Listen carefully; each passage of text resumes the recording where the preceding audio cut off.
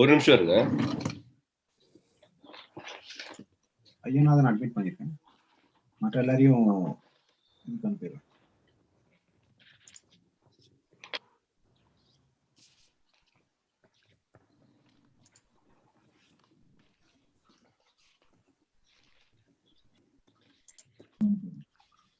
Live on it.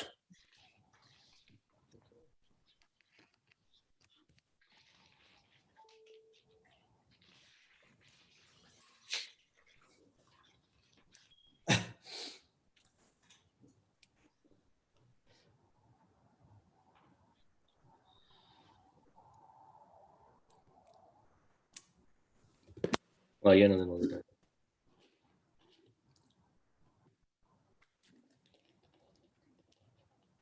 I think we should keep, everyone should be in mute when someone is speaking, right? Yeah, okay. So let me.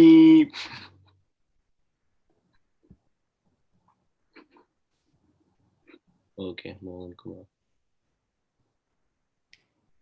So only we need 5 people, right? So in the panel.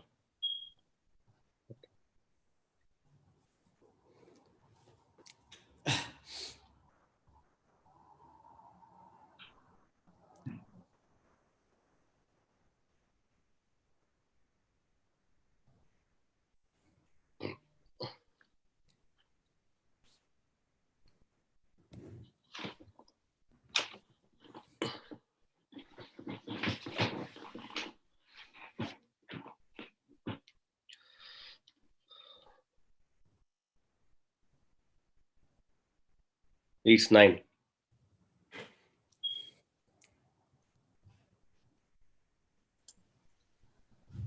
For Ayanathan, I think, can you lower the video a little bit, sir? It's not straight. Yeah, It is not straight. It is from, yeah. If you could lower a little bit.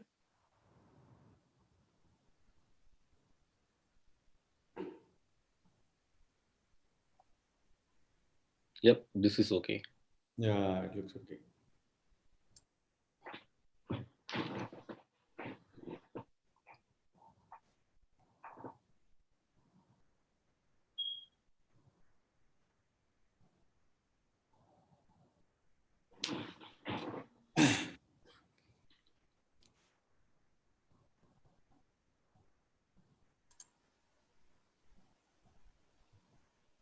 Arun, we have Eric in the call.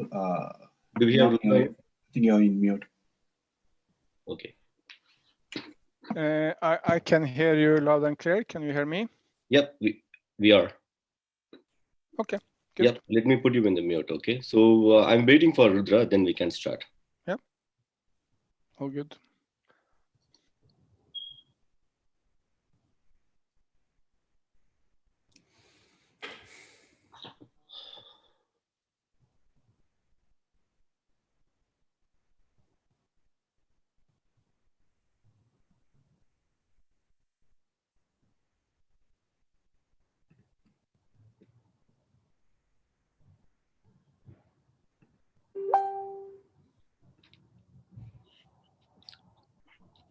I think Rudra is also in.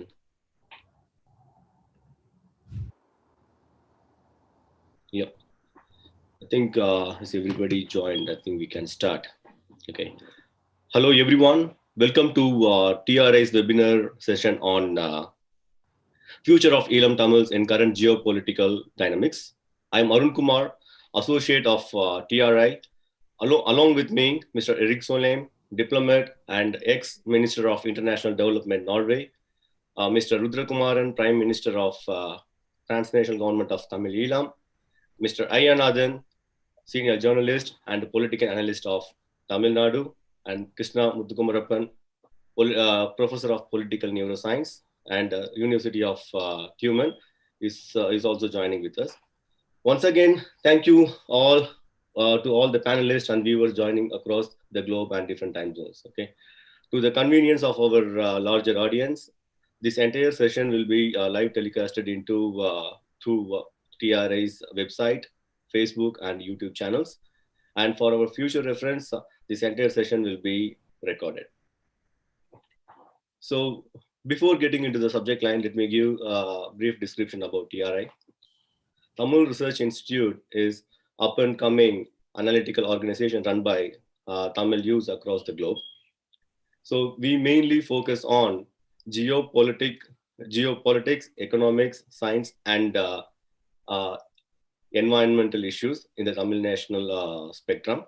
So we have presented many articles and videos in this subject. Those are available in our websites. Okay, so let me give you the brief description about the ethnic crisis of Tamil in Sri Lanka. So when we talk about ethnic crisis of Eelam Tamils in Sri Lanka, we cannot narrow it down this entire issue within the time frame of 2008-9 final stages of the war, or the time frame of Tamil Tigers armed struggle. So this conflict between ethnic Tamils and Sinhala has been existing since 4th century. So originally, the island Sri Lanka was inhabited by ethnic Tamils. In the 4th century, the Indo-Aryan race, Sinhala, they have migrated from northern part of India. Even Sinhala Buddhist holy book called Mahavamsam admitting this fact that Sinhalas are migrated from northern part of India, and Tamil's existence in this particular island evidenced even before that. Historically, this particular island has been ruled by Tamil and Sinhala kingdom parallelly, even when Dutch and Portuguese possessed in that island. So during the British time in 18th century, for the administrative convenience, this entire the Tamil and Sinhala kingdom merged together. So that is the place where the problem started. And once Britishers left in 1948, so the actual clash between Tamil and Sinhala ethnic community started after the colonial time. So once the power was given to the majority of the Sinhalese, Tamils were discriminated, and Tamils' rights to the universities and the government jobs were discriminated, and also Sinhalese colonization was increasing in Tamil's homeland. So altogether, the first 30 years since from 1950s to the 76, the political, the democratic way of struggle was going on. In 1976, all the legislators and parliamentarians from the Tamil side passed the resolution that's called 1976 Vattukotte resolution to restore the Tamil's rights. So independent Tamil Eelam is the only option. So after this resolution, the Sinhala Chauvinist government carried the state-sponsored terrorism on Tamils, and they threw out the Tamil legislators out of the parliament. So followed by, after the lot of clashes and a lot of armed struggles started across the northern and eastern part of Tamil Eelam. So one of the prominent group was LTTE. They were ruling the northern east part of the Tamil Eelam as a de facto state till 2009. And most of you aware of how this entire ethnic crisis were ended brutally in 2009. So our subject line is going to be we are going to have 3 sessions in it. First 30 minutes we are going to discuss the comprehensive analysis of this entire crisis. I mean the entire peace process in first 30 minutes. In second 30 minutes we are going to discuss the best sustainable solution for Tamil ethnic crisis. And the next 30 minutes, we are going to have the question and answer session with our audience. Okay, so in the first 2 sessions, each panelist will be having a 10 minutes time. So first, let me start with Mr. Eric Solheim. So Norway facilitated this peace process from the early 2000 to 2009, but it ended up with genocide. So I would like to bring Mr. Erik on the subject of what was Norway's actual roles played during the peace process and the final stages of the war, and what Norway could have done better to protect the Tamil genocide.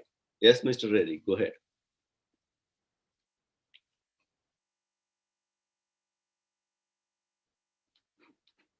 Eric, you're on mute. Yep, we got it now. Oh, sorry, sorry. I thought that the organizer would unmute me, but that's all fine. Can you hear me now? Yep, it's better. Yeah. I have accepted to take the part in this event, even if there is quite a lot of criticism out there, because of my love for the Tamil people of Sri Lanka and my respect for a huge number of Tamil actors, and because I believe that Tamils have legitimate rights in Sri Lanka which need to be addressed.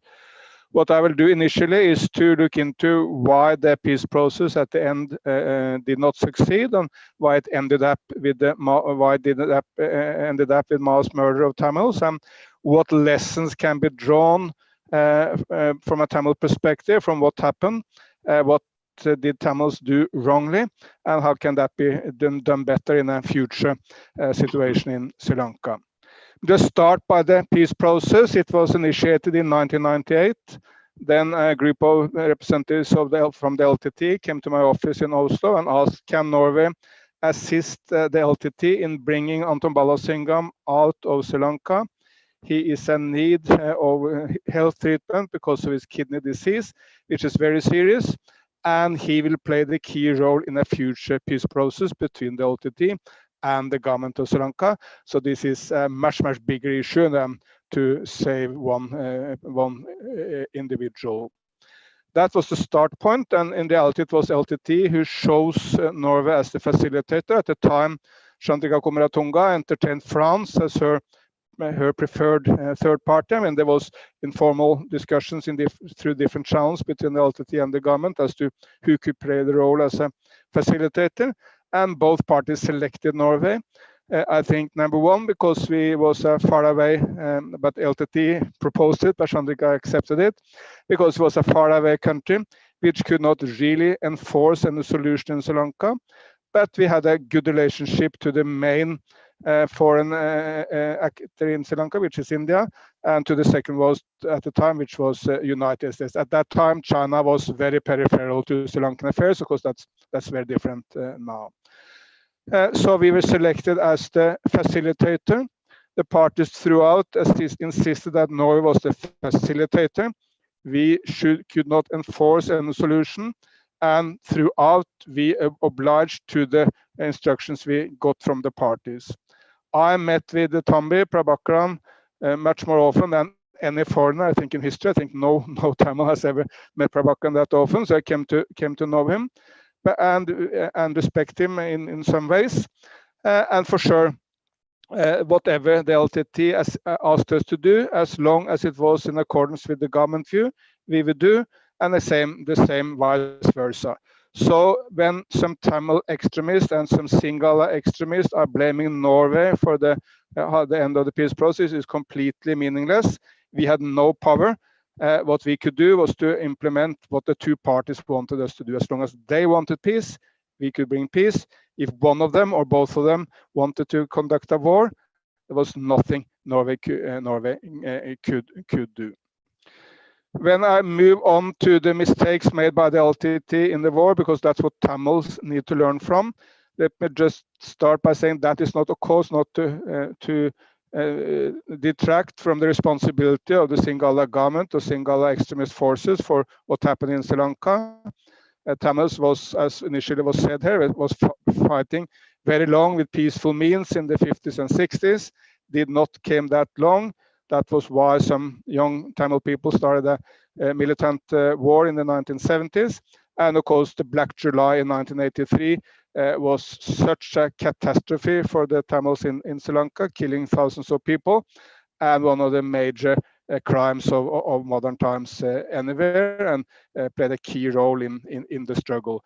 And of course, the evilness and crimes committed by the Sri Lankan army towards the end of the war was also absolutely ridiculous, and this issue of global war crimes, shelling thousands of Tamil individuals or Tamil civilians in the north, as well as the as an example, the so-called white flag incident, where Nadesan Poludevan, in all likelihood, was killed by the Sri Lankan army in cold blood after they had surrendered to the army. So all this is the background, but for Tamils, it gives no lessons for the future if you just blame the others. Blaming the international community or blaming Sri Lankan government will basically bring you nowhere. Tamils need to look into what were the mistakes done by the Tamil side, which led to this outcome.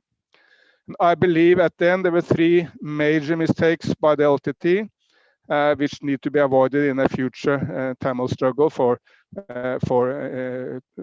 national rights in Sri Lanka. Number one, at the end, LTT believed in violence. Not only it believed in violence, he had an enormous belief in violence, meaning that whenever a problem popped up, the answer to it was violence. Killing off your enemy was the main answer to everything, and it led to mistakes in such an astronomical order that it's hard to comprehend. If you are a rebel movement in Mexico, would you embark upon a killing of the President of the United States of America? I think everyone understands that's stupidity on the first order. And killing the Prime Minister of India, Rajiv Gandhi, was such enormous, it was a crime, and it was political stupidity.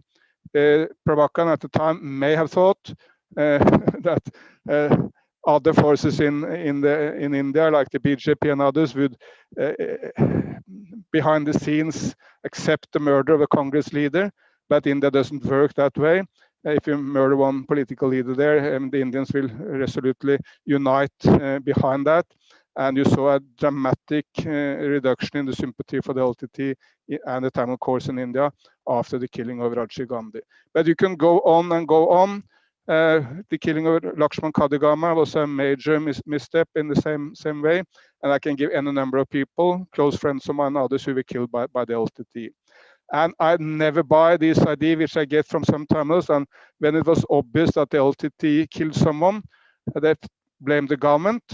Because the mirror image of that is that when the government, it was absolutely obvious that the government killed someone. Someone tried to convince me it was the LTT in some hidden way who did it to blame the government. In Sri Lanka, nearly all killings were done by the culprits which you would expect. When it was a clear LTT stamp to a killing, it was the LTT who did it, and Balasingham would always also admit to us that it was the LTT who did it for this or that reason. The exact opposite was also the case when the government did the killing and tried to blame it on the LTT. It was never true. But this overconfidence in violence was a major mistake, and it reduced the sympathy for the LTT enormously outside Sri Lanka. Second huge mistake was a maximalistic view of politics, that either you get everything or you get nothing. It's understandable that Tamils wanted a separate state, but the only outcome of a negotiated peace process, everyone knew from the beginning, could be federalism. And federalism has served India very well. People in Tamil Nadu are not in every way directed from Delhi. You have a huge number of rights. I mean, the schools in Tamil Nadu are run in Tamil. There are a vast number of Indian political decisions which are made in Chennai on behalf of the Tamils within India, and all over the planet, in Germany, Switzerland, Canada, the different sorts of federalism. Canada is an example of an area where there are very specific rights for Quebec as a French-speaking entity within an English-dominated nation like Canada. So to go for everything or nothing was very damaging, and it reduced the sympathy for the LTT outside Sri Lanka. And my view is that the vast majority of Tamils would have been able to settle for a federal settlement, which would have meant that Prabhakaran would have been the political leader of the North and East in a union with the rest of Sri Lanka. That, by the way, was even acceptable to Mahinda Rajapaksa in 2005-2006. Also, the maximalistic view came to force in 2005, where the LTT stopped Tamils from voting in the Vani, and that was the swing vote which decided that Mahinda was elected.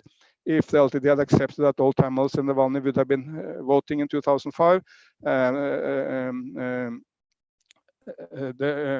Rani Wickremesinghe would have been the president of the time, and everything would have been very different from that point on. So going into politics with this all or nothing is very damaging, not only in Sri Lanka, but basically everywhere else. And finally, LTT failed to understand the international community in a conflict where LTT was the weaker party. I mean, it was very strong in military terms.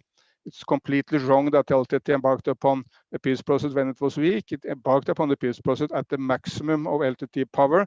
In 2001, the LTT had won in the Elephant Pass. It has been very close to overrunning the entire Jaffna Peninsula. It has completely destroyed the Bandaranaike airport.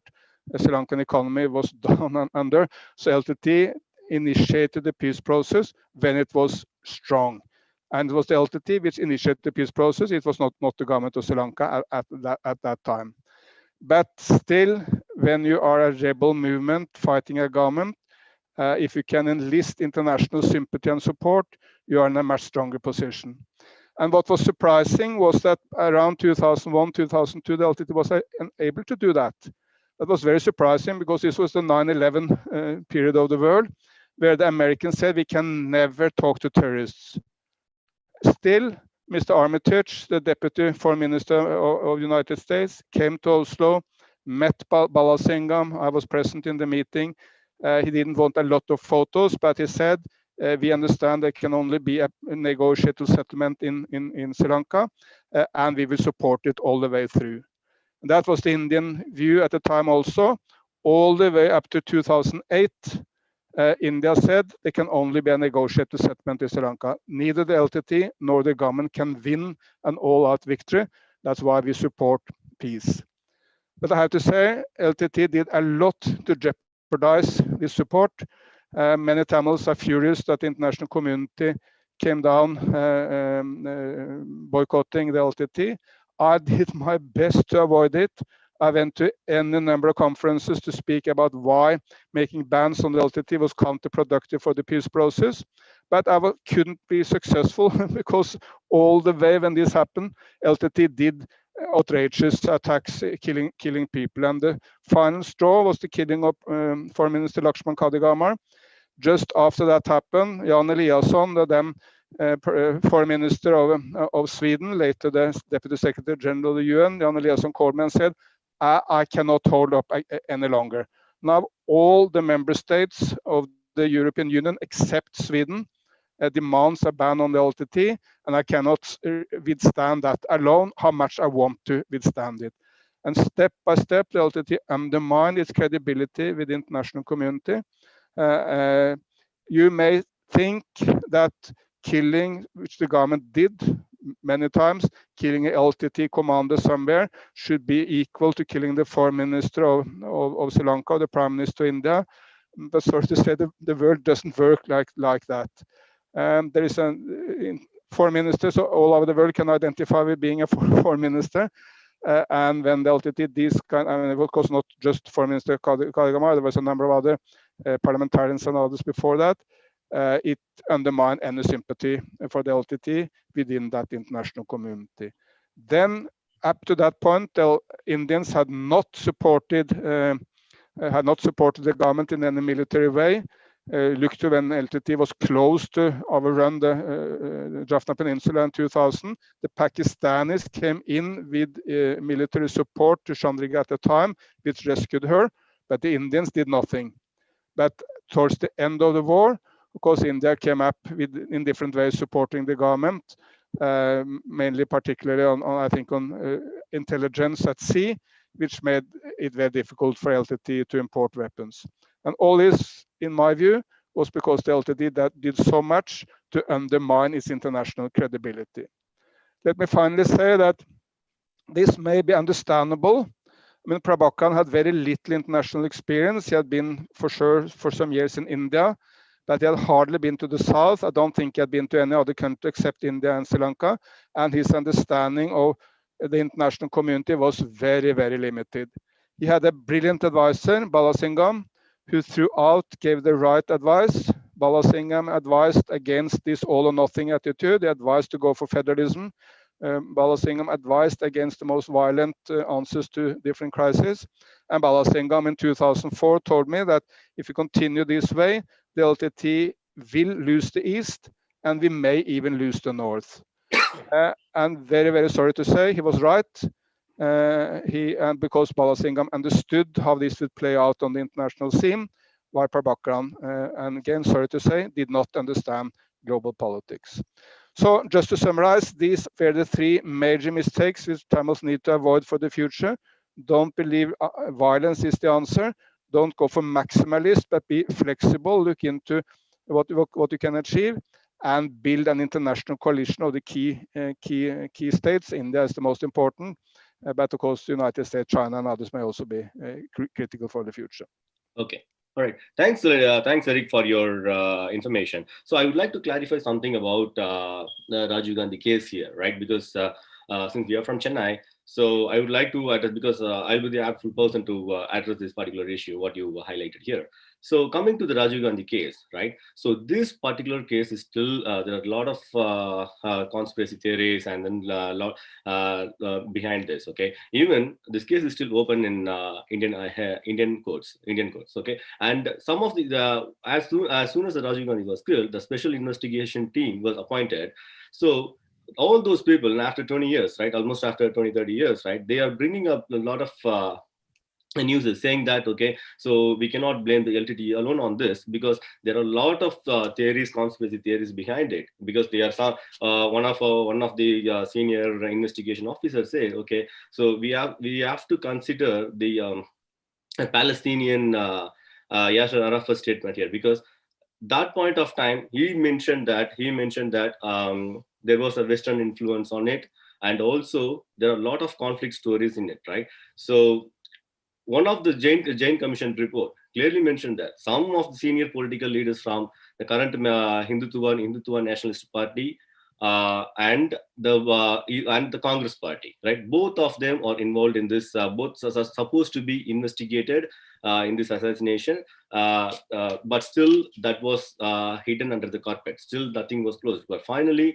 we feel it looks like, you know, what that investigation officer mentioned. So LTT was trapped in this particular story, and it's the case is still open on. So, and also I would like to, we don't want to divert this entire the entire Tamil ethnic crisis only with the tagging only with the LTTE or Rajiv Gandhi assassination, but we have to go beyond the factor, because as you mentioned, so the ethnic crisis, it's almost for 70 years, right? You accepted that, okay, it's the first 30 years, Tamils from the Eelam, they struggled in a democratic way, and then the armed struggle started. So that's what international community should try to understand. We should not attack this entire ethnic crisis only with the LTTE, and we should go beyond the factor. And coming to the other allegations, I would like to bring Mr. Rudrakumaran in. So Rudrakumaran, so what is your version? Should I be able to respond to your point in this regard? Yeah. Of course, I mean, the killing of Rajiv Gandhi is not the entire story. I mean, there are many other elements to this. But I mean, very sorry to say, you will not fool anyone else except yourself if you believe that anyone else than the LTT did this. Every Indian leader you meet are fully convinced that LTT did it. The LTT leaders you met, when Balasingham was completely convinced that this was the decision of Prabhakaran. He even told me that Prabhakaran had told me that he did it. So you will not convince anyone else. And whenever there is a killing in history, there will always be conspiracy theories. But I think it's better to look into what is the most likely scenario. And it's so overwhelmingly likely that we could just conclude this was the act of the LTT. It was a major mistake, but let's go on from there. Okay, so yeah, so again, I don't want to narrow down the story only with Rajiv Gandhi and this one, as I said, because this ethnic crisis for history century old, right? So we have to, because this is a comprehensive analysis. So we have to be broad mind. Okay, that's why we put the subject. We have to go do the very comprehensive analysis of the ethnic crisis. And for some of your allegations, so I would like to bring Mr. Rudra in. So Rudra, so you are also part of this entire peace process. And what do you think that how the entire peace process was failed, and and even Ban Ki-moon, there was a report saying that, okay, news report saying that, okay, even Ban Ki-moon also accepting the fact that, okay, the UN failed to protect the Tamil genocide. So what is your point of view on it? So let me give one more information on it regarding this. So the Frances Harrison, the BBC correspondent, she mentioned that the decision making across the UN was dominated by culture of the trade-offs from the ground to the UN headquarters. So do you think the entire the narrative or war or the fighting against the LTTE was well planned before? Because according to the even the Charles Peltier reports also saying that, okay, so this Western view on this particular issue is it was one-sided, and there was no concrete decisions or decisions made by the UN headquarters to stop the state-sponsored violence against Tamils. So please, Rudra, please get in. It's your turn. Let me unmute.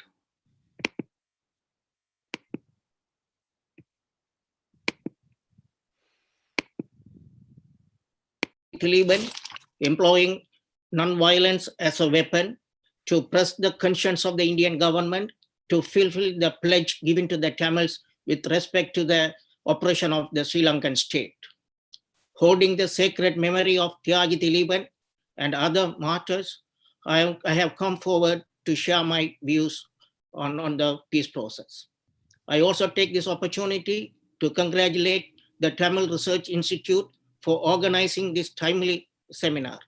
I must also say I am very pleased to be engaging views with Mr. Eric Solheim after a very long time, and especially on this important day in the Tamil calendar.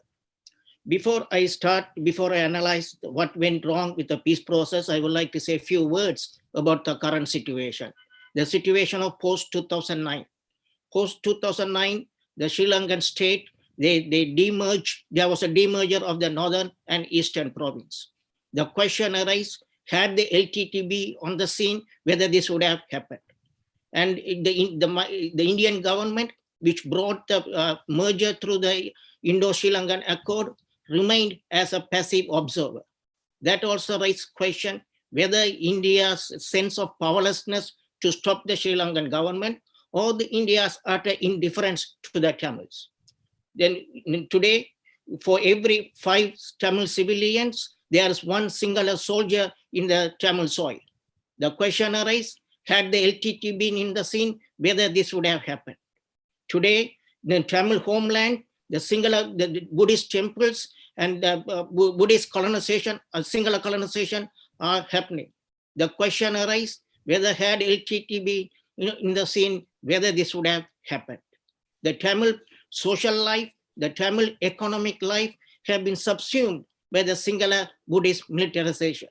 Again, the question arises, whether had the LTT been in the scene, whether this would have happened. When I come to the peace process, the reason why it failed is the facilitators and the international community tried to have the Sri Lankan peace process within the existing constitutional framework. Nowhere in the world you have a peace process that happened within the existing constitutional framework. Take for Makakos, the South Sudan peace talks, or Bougainvillea peace talks, East Timor peace talks, I can go on. Nowhere that happens. that the peace process should take place within the existing framework. As one of the American law professor who was helping us during the peace process and who was involved and who has been involved in many negotiations told me, to his knowledge, only in Sri Lanka, this kind of a thing, the attempt was made to have the peace process within the constitution. The strangest thing is the Tamils never accepted this constitution. The Tamils never participated in the constitution making. So in other words, this constitution does not have any de jure legitimacy of the Tamils. And one of the reasons, the main reason for the conflict in Sri Lanka is the Sri Lankan state is a singular Buddhist ethnocratic state. It's a rigid, entry, pervasive racism in that polity. There is no space, there's no room for anybody, any other community to share power. That is the main reason. The second reason is the constitution itself. In 1972, when the new constitution was promulgated, then the leader, Mr. S.J.V. Chelvanayakam, he resigned his electorate, the KKS Congress electorate, and called for a by-election as a referendum to show the world whether Tamils accepted the constitution or not. And what happened after the government dragged the process? After 2 years, there was an election, and Mr. Chelvanayakam had a landslide victory, and he announced that Tamils never accepted this constitution. If that be the case, how can you force to have the peace process within the constitutional process? And other thing is, during this time, the LTT was controlling actually 1/3 of the landmass and 2/3 of coastline. Sri Lankan government did not run in that place. So it seems to me that the Sri Lankan government was using this peace process as a backdoor to exercise their control. We had rounds of peace talks and even Oslo conference. It was decided that the funds should come and the funds should be managed by World Bank. That was initially, the LTT showed a lot of flexibility. Initially, LTT asked for an interim council. When the LTT realized that Ranil was not enough power to give the interim council, LTT did not push forward. LTT said, okay, we'll have some task force. We'll allow the international organization, international institution to manage the fund.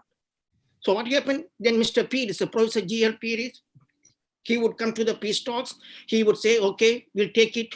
And then we'll talk to then we'll come back then at the next round and we'll talk about it. Then he would come back after 1 month and he would say, well, the Attorney General has said that it cannot be done. It would be unconstitutional. He said, Mr. Professor G.L. Pires is a law professor. He has written a lot of books on Sri Lankan law. In fact, when I was a student, I studied his law books. For him to come to one session to say, we can have it, and the next session he comes and say, well, the Attorney General say, we cannot have it, it's very disingenuous. The Sri Lankan government was using this process to contain the LTT. That was one of the main reasons. The second reason is the facilitate, I'm not blaming, but I'm just saying the fact that during the peace process, the power symmetry was not maintained. For any kind of a peace process, any kind of negotiation, symmetry of power is a prerequisite. Strategic equilibrium is prerequisite. When the peace process started, as Mr. Eric Solheim admitted, LTT was in a strong military position. So that parity was not maintained with the ceasefire agreement as well as during the peace talks. What happened? We take the ceasefire agreement. Okay, the article 1.4, if I remember correctly, the ceasefire agreement says the Sri Lankan government cannot engage in offensive military force, military action, but they can engage in action to protect their territorial integrity and political independence. Then what happened? The Sri Lankan government used that to import arms, to expand its military force, saying that they are doing this to protect the political independence and the territorial integrity. But at the same time, when LTT was trying to bring any arms, LTT was contained. How can, when you have a peace process, it started with strategic equilibrium, it started with parity of forces, then you allow one party to expand its military force, and then you contain the other party. That disrupted the power, that disrupted the symmetry of power. That was the main cause, I would say, the ceasefire agreement collapsed. Then you talk about, then both parties enter into negotiation. When you enter into negotiation, doesn't mean that you're going to give up your political goal and then you want to have something else. That you don't end. Negotiation is a continuation of politics by other means. So what happened? We had this, Mr. Eric Solian talked a lot about Mr. Armitage, and he, in the book also, he said the fact that he met Mr. Bala Anna was a big thing. No, I'm a lawyer in US. The US law doesn't prohibit you from shaking hands. In fact, during that period, Mr. Armitage shook hands with the FARC people. So when I raised that issue with the State Department, if you can meet with the FARC combatants, why can't you meet with the LTT? And they said it's a political consideration. Leave that aside.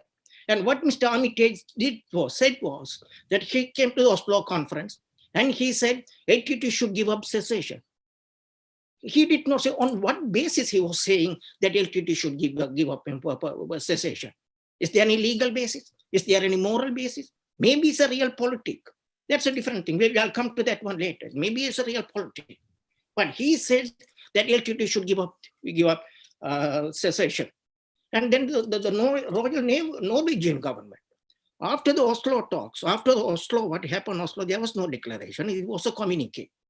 And what their parties agreed to do so is to explore federalism. But immediately after the Royal Norwegian government issued a statement saying federal Sri Lanka. Neither party agreed for the federal Sri Lanka, neither party said, okay, we'll explore federalism. And not only that, what the Royal Norwegian government did at that time, that he said that LTT has given up, there's no right for the Tamils to have an external self-determination. Bala Anna Talavar ever said that we don't have a right to external self-determination.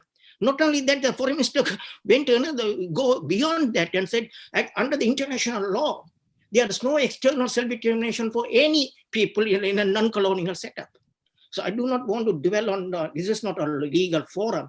I do not want to argue a lot about say, international law and self-determination, but you take the Canadian Supreme Court decision and you see that it's been explicitly stated, General Assembly Resolution 2625, which is considered as a customary international law, clearly state that the people in the non-colonial context have right to self-determination. So we let that aside. But what I'm saying is, all these things give credence of the Ranil's famous observation that he had built a safety net against LTT.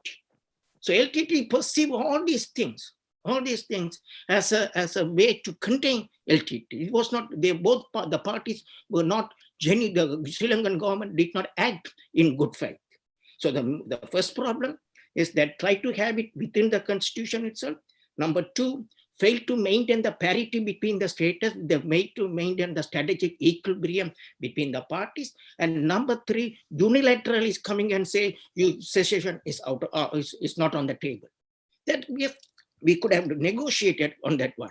And this other thing, this federalism, this myth that federalism is a panacea to all ethnic countries is a myth. Take for former Yugoslavia, it was a federated unit. What happened? It got disintegrated due to the operation of the center. Take, for example, former USSR is a federated state. What happened? It did not solve the problem. It got disintegrated. So this myth that the federalism would have solved all this problem, it's a myth. It should be dispelled. But I must say that LTT did not. What LTT said, what Bala Anna said, that we explore federalism, and they did not abandon that. They established a political committee. They put up 21 members in that committee and sent them to various countries to study various governance. But I must say, I did not, personally, even at that time also, I felt that federalism will not work. For the simple reason, Sri Lankan polity will not allow any kind of a power sharing with any other community. I often say, even if Mother Teresa became president, she wouldn't be able to do anything. The Sri Lankan polity will not allow it. So the reason that, because this reason that had the LTT to pursue federalism, it would have solved problem is, I don't think it is, it's accurate. And moreover, I would emphasize LTT never gave up on that one. And moreover, the other thing they explore, the fact what happened after the Oslo meeting, the word explore started to missing from all the documents. Even Mr. Vidar Helgason said at one point that the word explore should have been put on a 24-foot lettering. And if you look at Bala Anna's book, War and Peace, he put one inside, so the word explode. So this is also, again, another myth. They're saying that had LTT agreed to a federal solution, everything would have been hunky-dory. So now say, okay, LTT now is on the scene. All these days, everybody says, because of LTT, we cannot do anything. Because of LTT, we cannot give the federalism. Now LTT is not on the scene. Why don't you bring this so-called federalism? You cannot do it because the single polity will not allow you to do it. So that's the main thing I would like to say. Another thing I also say about this Rajiv Gandhi's murder. This, we leave it a point whether who did or why, when did, why did. I don't want to get into it. As Mr. Arun said, there are a lot of theories. And here is not, but this happened 1991. The peace process started in 2001. What's the relevance for the Rajiv's murder to the peace process? What the relevance? And also I said it's not proper to quote Bala Anna when Bala Anna is not alive. It is not proper when someone quote attributes certain statements to the other person when the other person is not alive to either to admit, corroborate, admit, or to refute. It's not proper to quote Bala Anna at this stage. Bala Anna said that, Bala Anna said this. I don't think it's not proper. The other thing they're talking about, Talabar didn't have the international vision. I had the privilege of being an interpreter of Talabar actually during the meeting with the Norwegian foreign minister. During the lunch, at the lunch table, Talabar started to talk about the history of the Norwegian dynasty. I was taken by surprise. Talabar was talking about the history of the Norwegian dynasty. Talabar had a vision. He knows what was going on. He believed that only through power we can have any political move. That's a reality. That only through power we can do any political move. He firmly believed that, and I think we Tamils we also subscribe to that position. Finally, I would like to then I'll come back on the other aspects. The reason the peace process failed, I have stated. I think that's my analysis why the peace process failed. And how we go forward, we'll talk about later. But what I think before I talk about the geopolitical context, the way to go forward, allow the people to decide it. We don't want to impose any solution from outside, either from the facilitator or mediator or the international community or the donor. We don't want. Just simply let the people to decide. Have a referendum. Put all options on the table. Put independent state, put federalism, 13th Amendment, non-federal federalism, put all the things. Let the people decide. In fact, that's what Norway did with the South Sudan, with Makako's protocol. Norway was one of the facilitators. So that happened simultaneously with our peace process. So we thought that Norway will have to adopt the same standard. But I cannot understand Norway taking one position with respect to South Sudan and one position with respect to Tamils. So this inconsistency, all these things caused for the collapse of the ceasefire agreement and also for the collapse of peace process. Thank you.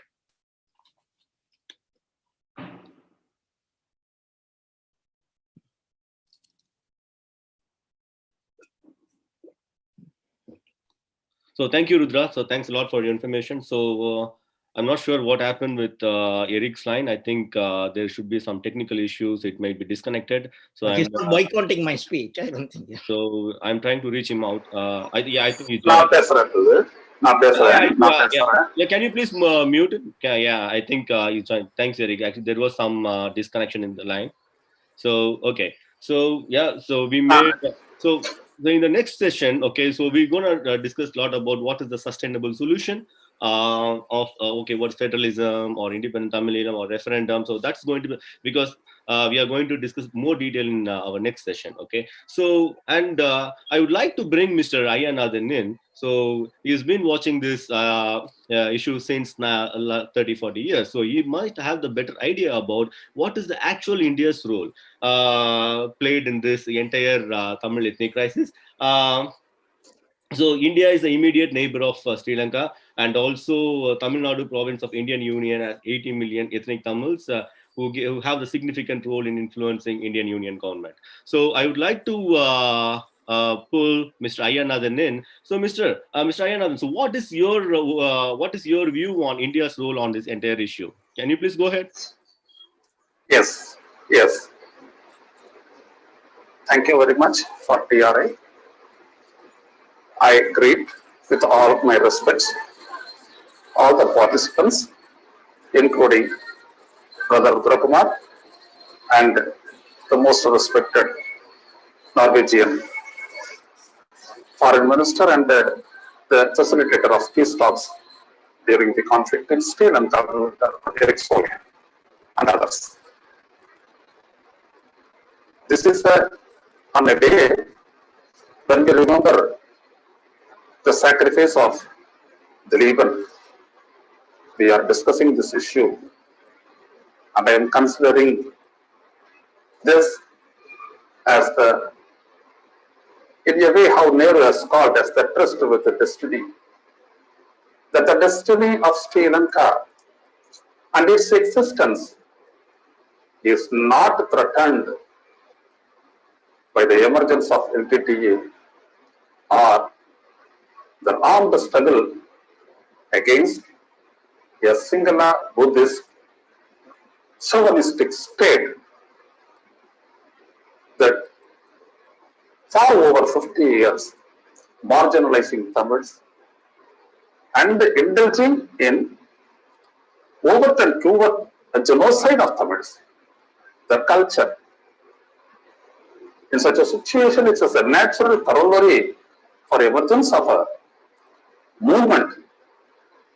After, of course, the Vattukoti resolution, a movement that is ready to stop and to protect its own people. That's the entity. I'm a journalist. I'm a journalist who have been watching all and every movement in Sri Lanka. I written a book on what has happened between 2002 peace talks and that is ended with the genocide in 2009 May 18. I have clearly noted with all evidences, including what has happened during the peace process, much of which as aptly quoted by Brother Rudrakumar. It is very important, pertinent to note what he has said. You cannot try to find a solution within the framework of an existing constitution, which even the learned, well-educated, justice thinkers in Sri Lanka, say single aside, they have said the enemy of peace in Sri Lanka is its own constitution. So Eric Solheim must have to remember this. The constitution of a state is the root cause of a genocide state. Because it wanted to establish its own domination over its own people, who are the natives of that land, that island. So let us not get into a myth like, why not LTTE, why not the Eelam Tamils come under a federal constitution? Federal is the bad word. This is what Sri Lankan President and the President-day Prime Minister Mahinda Rajapaksa has said. Ottachi inge or ketta varthai endru sonnar. Federal, if you speak federal, that is a bad word in single political arena. How do you find a solution in that? How can one move towards that? Peace process is not to be undermined within a framework. Peace process is to find, establish peace through a sustained political process to attain a negotiated, permanent solution to a conflict. That was agreed upon by the parties of the conflict, the facilitator, Government of India, though it is secretly doing all these things against the peace process to fail, just like the way America has did and other Western European countries, where they have marked one party as a terrorist organization. During the negotiation, that has been questioned. Hence, understand and reciprocate with the truth that was there. We have thousands of concepts, geopolitics, and this government don't accept, that government don't accept. You cannot accept all these things in an international arena. The international governments are thinking different, they will not accept. What sort of this? Is it diplomacy? If this is going to be the diplomacy, then where is the way to establish the right of the people, the Tamils of Sri Lanka, to have right, enjoyment and parity with the rest of the people in Sri Lankan island? That is not the way.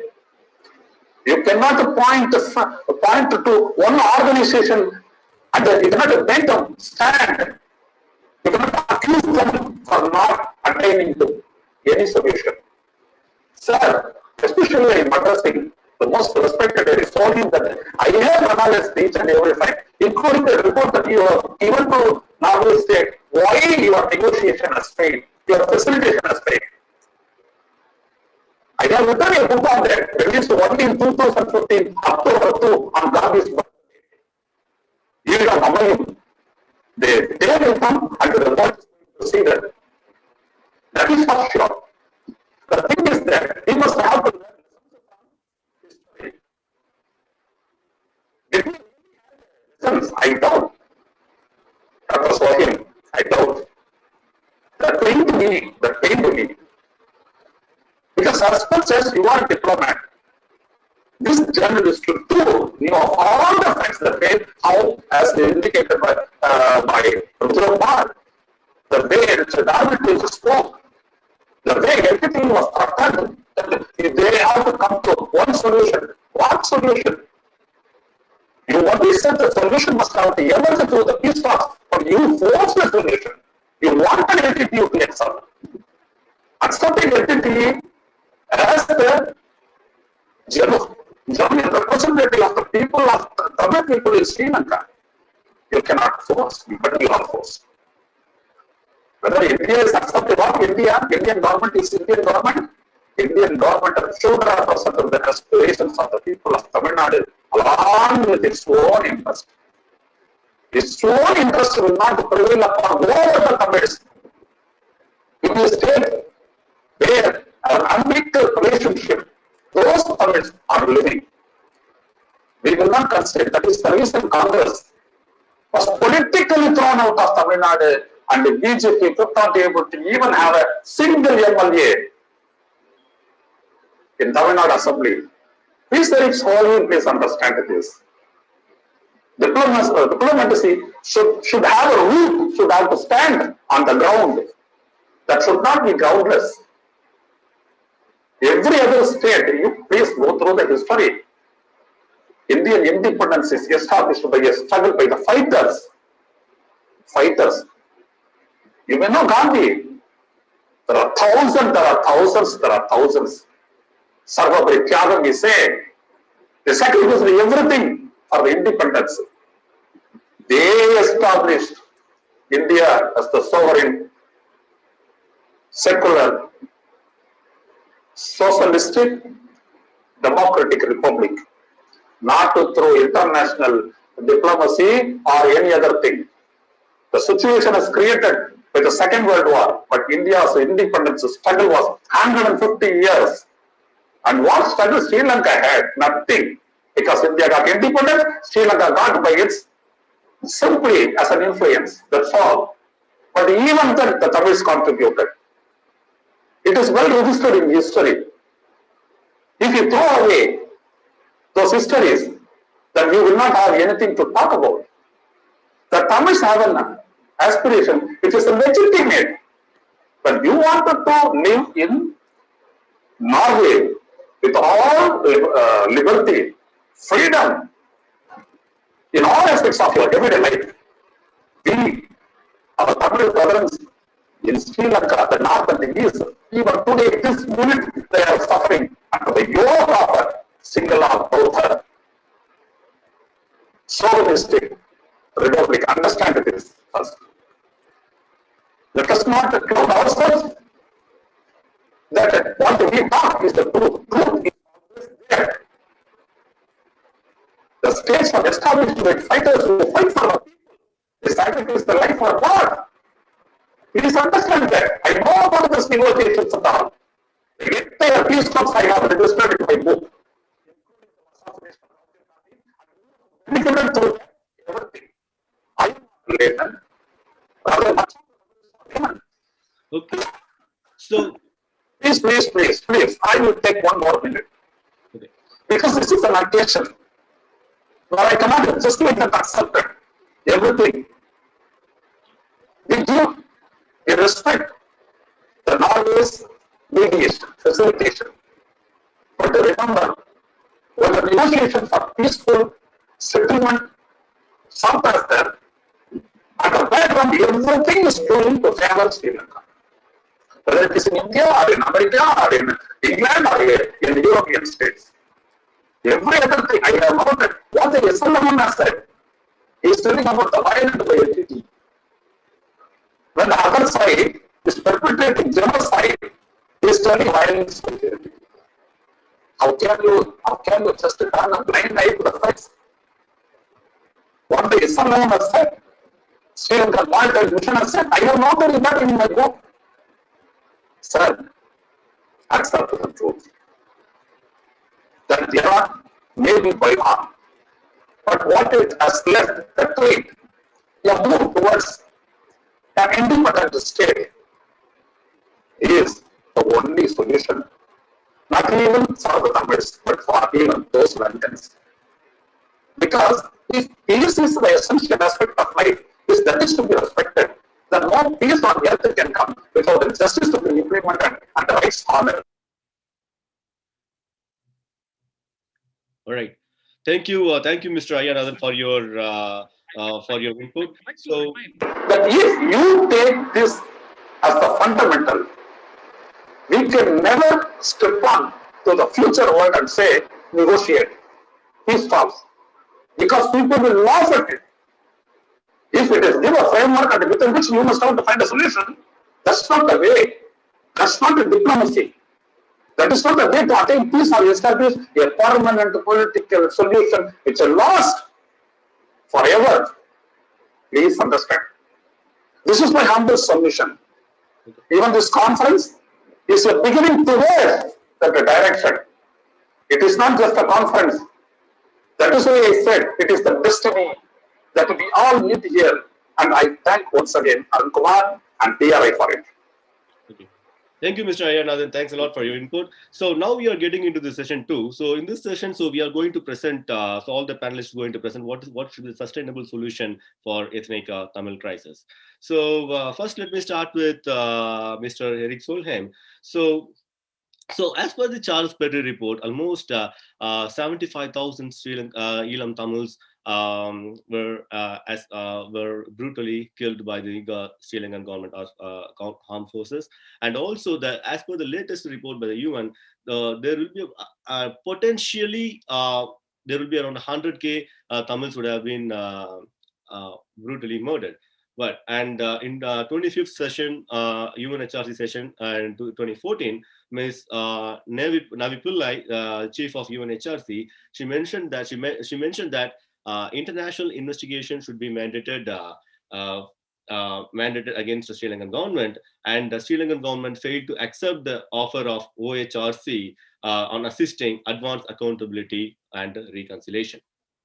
So, and also very recently, right? So almost 2 regime changes happened. I mean, in last 10 years or 11 years, so 2 regime changes happened, and Sirisena came, and then now again, who were in charge for the war crime. So now they are into the power. Both Gotabaya as a president and Mahinda Rajapaksa as a prime minister. So in early 2020, I think it's February month, I believe. Rajapaksa mentioned that he gonna withdraw from the 2015 UNHRC resolution, right? And also he's been one step ahead, and it's threatening the world countries, saying that okay, so if international communities are pressurizing the Sri Lankan government and challenging the Sri Lankan government, he gonna withdraw from all the international bodies, including the United Nations. So he mentioned that in the March month. So having this context, and also I would like to add one more thing. So since Sri Lankan government itself officially withdrawing it from the UNHRC resolution, and I'm not sure how international government community are going to pressurizing him. And secondly, there's one more good thing is Norway and India, they elected as a non-permanent member the UN Security Council for this next 2 years, right? So Norway and India. So I would like to bring Mr. Eric Solheim in. So what should be international responsibility for helping reconciliation and Tamil rights in Sri Lanka, and also from Norwegian point of view, right? So you are the Security Council. So, and the UNSC Council is UNGA session is going on currently. So, would you how you gonna take it? So, to the Security Council, are you going to any idea? So, what is for your better solution? Because you involved in the peace process, and then it is ended up in the genocide. So, what should be going forward? How we are going to handle it? You can go ahead. Thank you so much, Arun. Before I come to that, let me give you again a little bit more of context. I spent 7 years of my life basically going around the world explaining the LTT view to the world, because no one else did that. We were speaking to Prabhakaran and Balasingam and of course Tamil Shervan and all the other LTT leaders, Susai, all of them. And they gave their view, and I went to Delhi, I went to Washington, I went all over the world to inform the international opinion about what was the LTT view. Of course, they could read press statements, but since no Indian leader met Prabhakaran, nor an American leader met Prabhakaran, I think that was a mistake. I think they should have met Prabhakaran, but none of them did it. So it was my duty to inform the world about the view of Prabhakaran and the LTT. And I think from what I heard, they were always satisfied that they presented it to the international opinion and global leaders in the right way. True, many global leaders didn't like what I presented. And at the time, of course, throughout, we were considered by single extremists as Tamil lovers, Prabhakaran's best friend. There were any number of conspiracy theories. So I take the credit of being able to speak as a friend of Tamils and the Tamil nation in Sri Lanka, and with the best intentions of helping you devising a strategy where you can achieve something. Let me be very blunt. You will achieve nothing, absolutely nothing, if you blame everyone else. Blaming India, blaming the US, blaming the government, blaming the facilitators, blaming everyone else will take you nowhere. It will take you absolutely nowhere. You may continue with that, and we will meet again in 10 years' time. Nothing will have been achieved for the Tamils in Sri Lanka. And if we meet when I die, hopefully in 30 years' time or so, we will have achieved nothing at that time either. So you must stop spending the time blaming everyone else, because it will bring you nowhere. You must discuss what is the right strategy for Tamils to engage with, to bring India and America, and for that matter, China and others, behind your demands. That's the only way to some achievements. And of course, it was not the case that the peace process was run on the basis that there should be no constitutional change in Sri Lanka. If you were to make a federal state, it will imply massive constitutional change. It will imply a completely new constitution. Some Sinhala leaders claim that you can only do that through a referendum, and they're concerned as to how to get it through with the Sinhala opinion in a referendum. But absolutely no one entertained the view that the peace process should be within the present, at the time, constitution in Sri Lanka. I mean, you can think of India, if India were to move into a new sort of constitutional system, because it will be a new constitution which will be put in place. So let me move a little bit into the future, what I would suggest. And of course, all this is not easy, but I think it's the best way forward. Number one, I think Tamil unity is essential. At the moment, the Tamil polity in Sri Lanka is fragmented. There are many different groups, and that's normal in politics. It's not no one to blame for that. But more of unity behind a common program would make the political process much easier. Secondly, that cannot be a maximalist program. It must be a program which is step by step. And you should look to successful leaders in the past to achieve what they wanted by a step-by-step process. I mean, a very clear example is Michael Collins in Ireland. He accepted a step-by-step process. First, he got half of what he wanted. At the end, he got basically everything he wanted, which was an independent Ireland. And I mean, you look to Scotland, look to Catalonia in Europe, look to the Quebecois. In all those groups, there are people who are agitating for complete independence. There are Quebecois who want a completely independent Quebec. There are Scots who want a completely separate Scotland. There are Catalonians who want a completely separate Catalonia. But all of them have accepted a federal federal constitution as a step forward, because it's much better for Quebec to be a federal subject in Canada than to be run on a daily basis from Ottawa. And Scotland, they have their own prime minister, their own parliament, all this, and again, a much better, but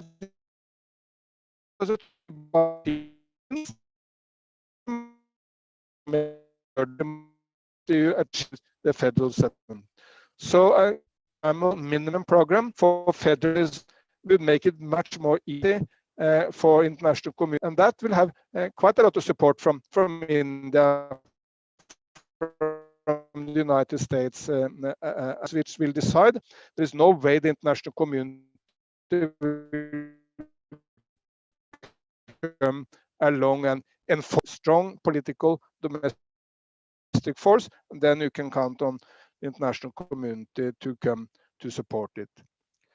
Tamil polity throughout the last decades, though there have been some elements of Gandhian mass movements, still the two main aspects of Tamil politics in Sri Lanka has been either parliamentarian politics, which tend to be somewhat elitist, old man politics. I mean, it must be done, but it's not really exciting the people. On the other hand, you had the LTT as a militant, and before that, a rather militant group doing politics through the arms. What I would suggest is that Sri Lankan Tamils, however difficult it is, however strong the reaction from Mahinda Rajapaksa and Gotabaya and others may be, you need to move into a much more broader Gandhian type movement for, again, legitimate demands, and that will also excite the international community to support. And finally, it will have to be long-term, because the Tamil struggle is now at a low point. For the first time in Sri Lankan history, a government which is completely Sinhala won an election with basically complete Sinhala vote. There was hardly any Muslims, hardly any Tamils voting for the Rajapaksa government. Still, they could win because of the majority of voters in the south. That was not the case in the past, where normally you needed to get some minority votes to win an election. So it's at a very difficult phase, but to build from that upwards, Tamil unity, Gandhian way of struggle, exciting the international community to support, and understanding that at the end of the day, it's the domestic struggle which will decide. That's as I can see it, the way forward, and it will take time, but if you embark upon that slowly, you will begin to see sympathy coming from Delhi, from Washington, maybe even from Beijing and other places. Yep, that's my recommendation, but continuing blaming everyone else will bring you nowhere.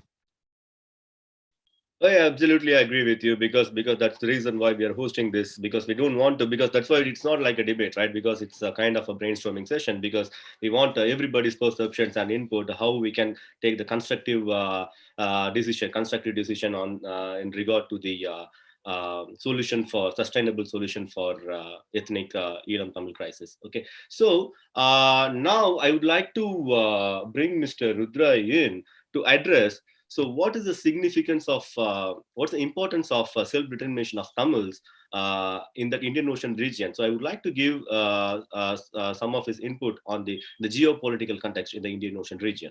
Yes, Mr. Rudra, you can go ahead. Okay, thank you. Yeah, first I would like to address a couple of things to Mr. Solheim's comments. What I'm saying is not that the final solution should be within a new constitution or anything like that. What I was saying is what the facilitators did was trying to have the peace process itself. The process itself within the constitution, that's what it did not go anywhere. So that's what my criticism.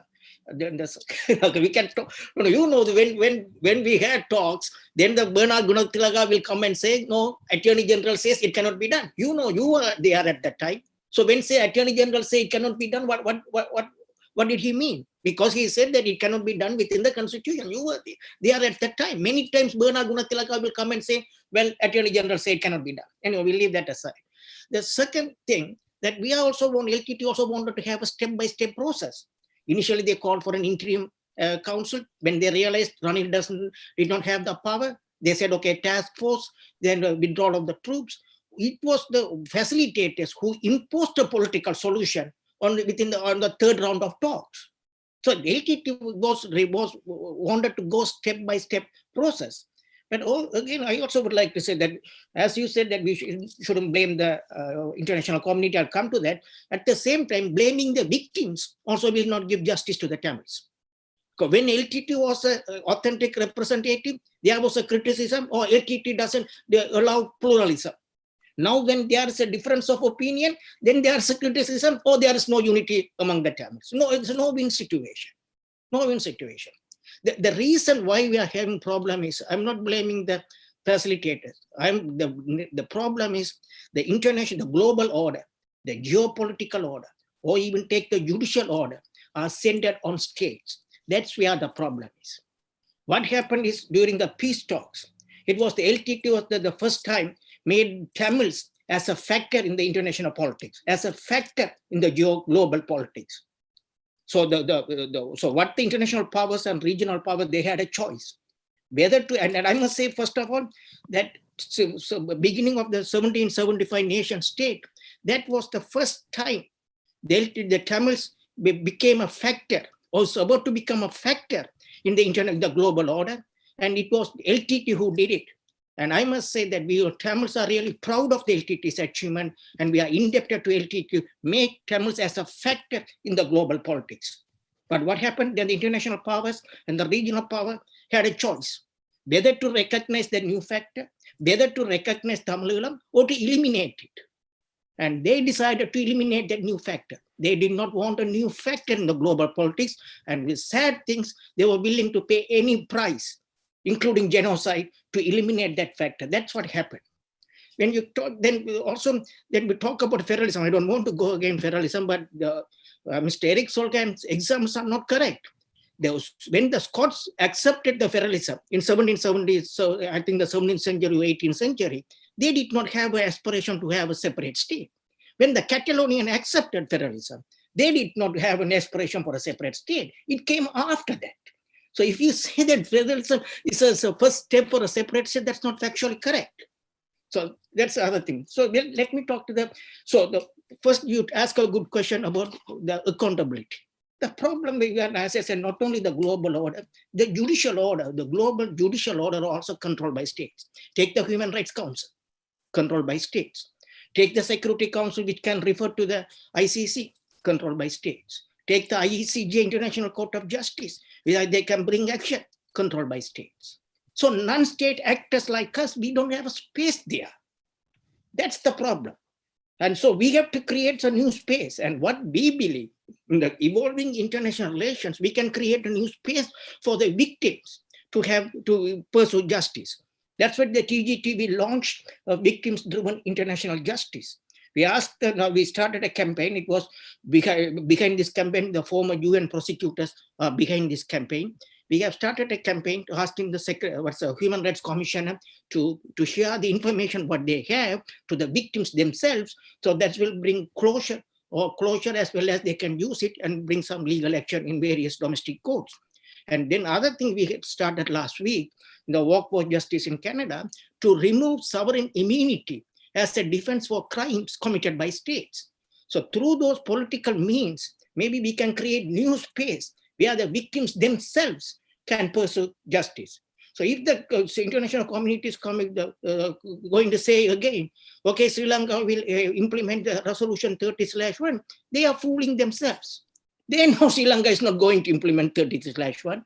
It's just dragging the thing. So we had to understand the reality. The whole system is state-centered. And so that we have to understand, and then we have to create some space, new space. And when we talk about the geopolitical situation, I would like to say a few words about the India. India is a most important player in this factor, in this picture.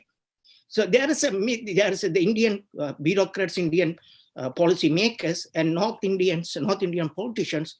They continue to say Sri Lanka and India are Sri Lanka is a friendly country of India.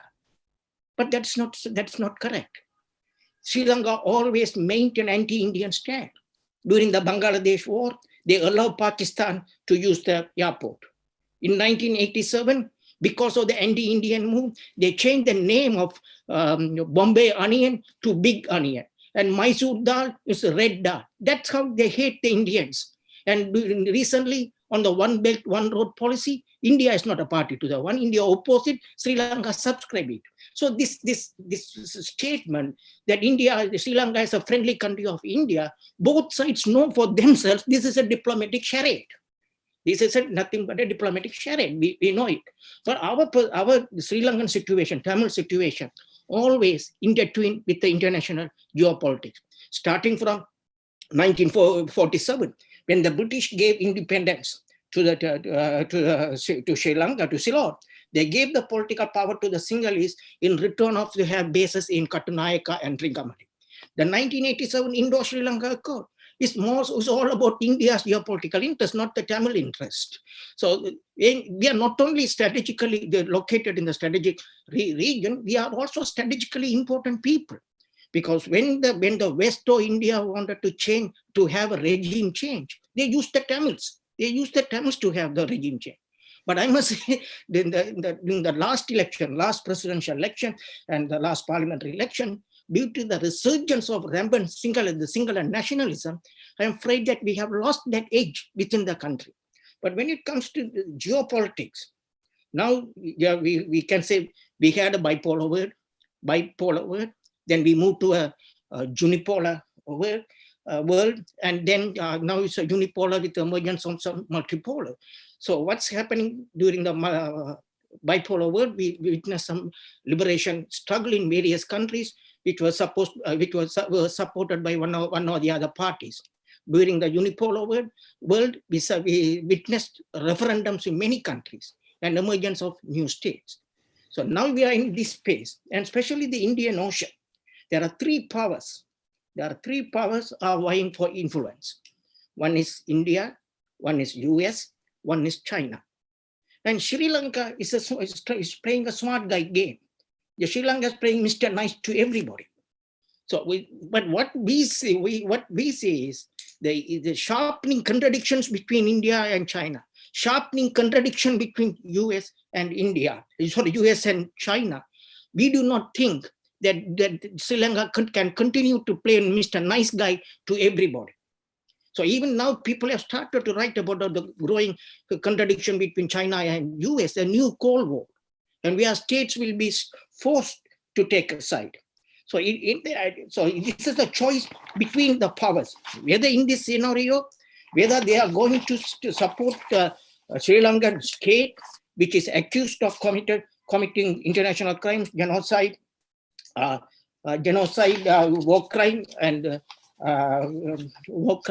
crimes against humanity, or they are going to support the victims, and partly the victimization was partly caused by the international powers. We leave aside the diplomatic, legal niceties, ideals. We talk real politics. The question before this power is: are they going to support Sri Lanka, 25,000 square mile Sri Lankan state, or are they going to support Eelam Tamils, who inhabit 670 kilometer coastline and who are supported by Tamils in Tamil Nadu, who inhabit 1,076 kilometer coastline in the Indian Ocean? That is the real politics we are talking now. That's it. So we believe that we Eelam Tamils, we ask Mr. Eric Solheim to, on behalf of us, please take this message to these powers. Okay, I make this request as a goodwill gesture in the name of the martyr Taliban, to whom we remember today as a significant force in our struggle and as a moral courage, as a symbol of moral courage. We make this request to Mr. Eric Solheim. Thank you. So thank you, Rudra.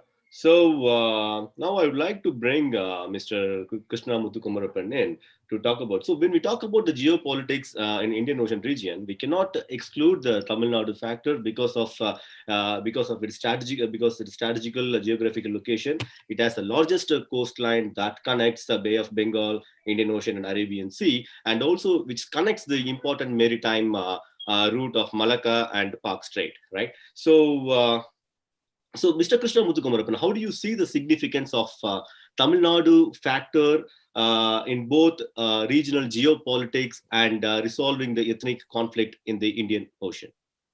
Please, Krishna, go ahead.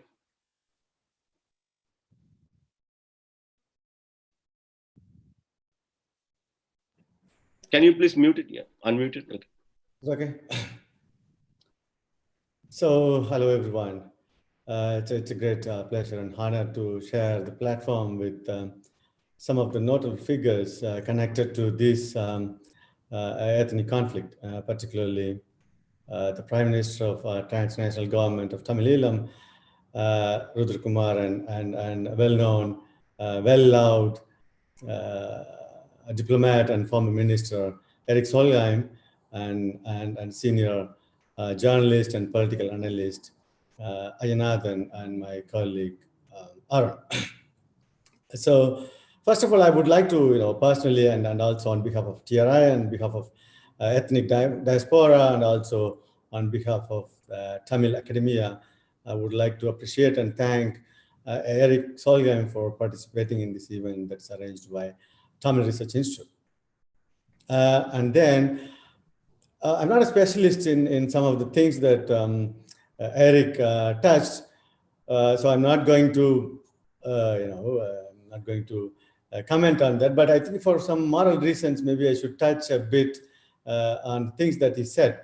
So he said that, yeah, he was right. He was saying that, violence is not the solution. That's right. That's totally right. Now this current world, violence is not, the tool or whatever to achieve anything.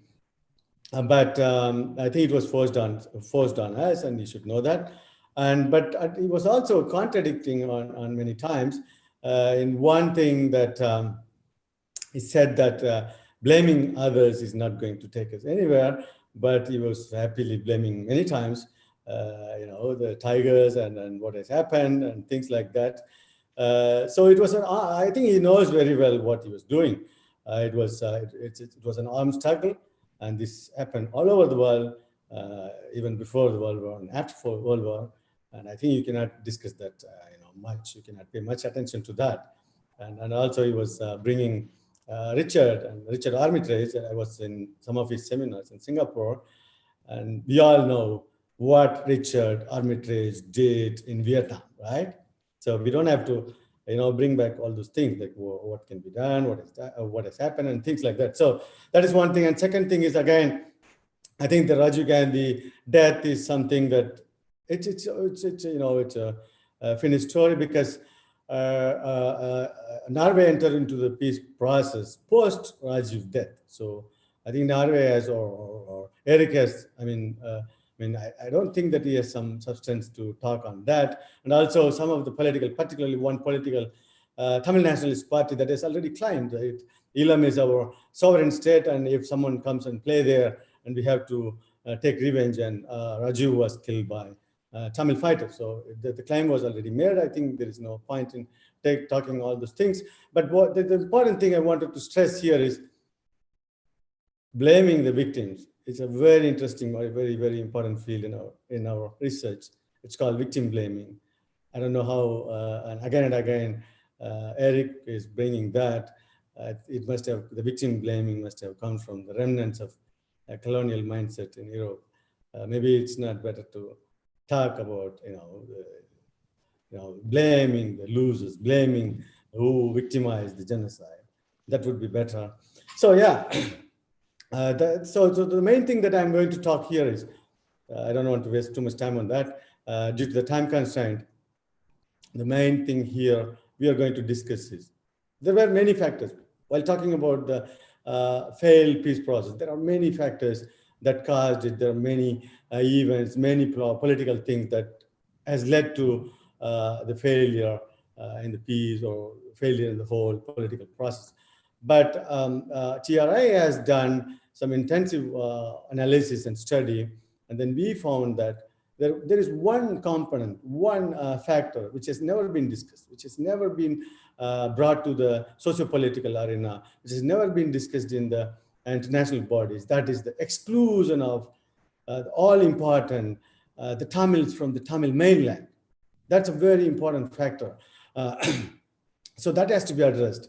In the perspective, we are seeing this issue from two different perspectives. One through historical perspective, another one through political. But although we discussed the exclusion of the Tamils of the Tamil mainland from two different realms, these are all overlapping things. Both history and politics are overlapping things. We cannot entirely separate, but I try to give an overview of this thing.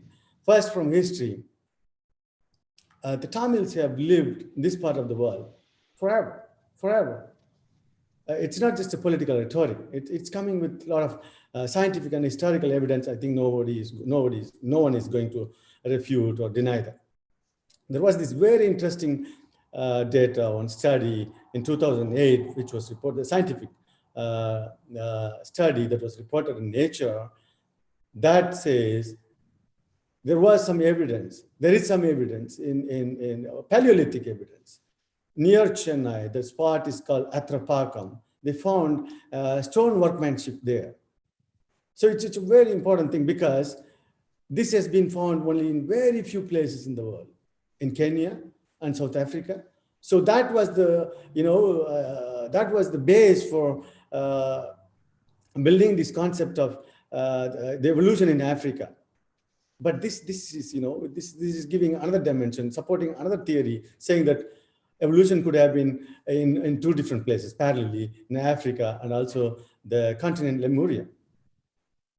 There are more studies. So, biologically speaking, the neo-Darwinian, the comrade of Darwin, the friend of Darwin, Ernst Haeckel, he proposes evolution must have happened the Lemurian continent. That is the very Tamil land of the extreme south of Asia, in the Indian subcontinent. So we don't have to go into detail. Why I'm saying this is the Tamils lived there forever, ever since the mankind has begun, ever since the mankind is known. So we can add that this is the Paleolithic evidence. This is 385,000 years old evidence. So we are coming further to ancient time. The Tamil is one of the oldest existing language, the classical language, one of the oldest existing language in the world. All the linguistic experts say this, including Noam Chomsky. He says that Tamil is one of the oldest existing language, and the literature is the oldest. The Sangam literature is at least 5,000 years old. And Sangam literature talks about everything that Indians did the Tamils not only lived there, they ruled the entire seashore from east of Africa to Cambodia. We controlled both Pak Straits and the Malacca Strait. We had business with the Tang dynasty of China. We ruled the entire region. So the Tamils of the mainland Tamil play a big role. So by excluding Tamils, we cannot come to any solution. You cannot resolve any problem in that subcontinent, let alone their own fate. But it's very unfortunate. The Tamils could not even decide their own fate. That's very unfortunate. I think the Western powers, the Scandinavian friends, should be kind of a little bit ashamed of the fact what is happening there. So during this time, coming there from ancient time to even medieval time, all the kings of the Tamil land, they had contacts with the Eelam part. When something went wrong in the Eelam part, there were troops exchange. Troops have been sent from the Chola dynasty or Pandit dynasty or from Chera dynasty to protect the land in Eelam. So this is, then coming from, moving from history to politics. So it's not, it's only administratively these two different lands, the mainland Tamil and Tamils and the Eelam land is separated only for administrative reasons. That is also during the colonial time or now during the post-colonial time. But if you speak politically, it is coming under one cultural and one political boundary. It's divided only by this little piece of water. So excluding Tamils from the Tamil land, excluding Tamils from the mainland Tamil Nadu is not going to solve anything. That is one major reason we lost our stake. But that too, this has happened only after the Scandinavian friends entered into the peace process. If you see before, whenever something went wrong, that reflected in Tamil Nadu. When the ethnic, fanatic Sinhalese government stripped off our power, I mean, the Tamils' political and economic power, that is reflected in Tamil Nadu, which occurred in the Indian Union Parliament, which made the Prime Minister Indira Gandhi to send his emissary, I think it was Narasimha Rao, immediately to Sri Lanka. And then which made Indira Gandhi to airdrop the humanitarian things to the Eelam. So whether it's the Parthasarathi pathway or the Timbu resolution, it was all along the Tamils of the mainland Tamil Nadu were always part of that resolution process. I don't know for some reason how this has happened or it was an intentional exclusion that the Tamils of mainland Tamil Nadu was excluded from this peace process. That may be the explanation that was already given by the Prime Minister. He said that peace process cannot go ahead with the existing framework. Maybe that is the reason. So what we learn from here, what we see from here is the international community should understand the Tamils inherit power, sovereignty from their ancestors ever since history is known, ever since the mankind has begun. They rule from the eastern coast of Africa to the Cambodia. We have linguistic relationship to all the lands here. Our people are living in all the islands. These islands are used for maritime expeditions. And the Tamils were one of the very strong maritime people. They were masters in these skills. That you can see even now in Roman, Greek, Arab literatures. So the important thing here is the Western friends and the Scandinavian diplomats should understand, and then they should try to get back the sovereignty the Tamils enjoyed in this part to solve this issue. If that's not done, the Indian Ocean is going to be volatile. It's going to be restless with high tides. I can say from the perspectives of Tamils of the mainland Tamil Nadu,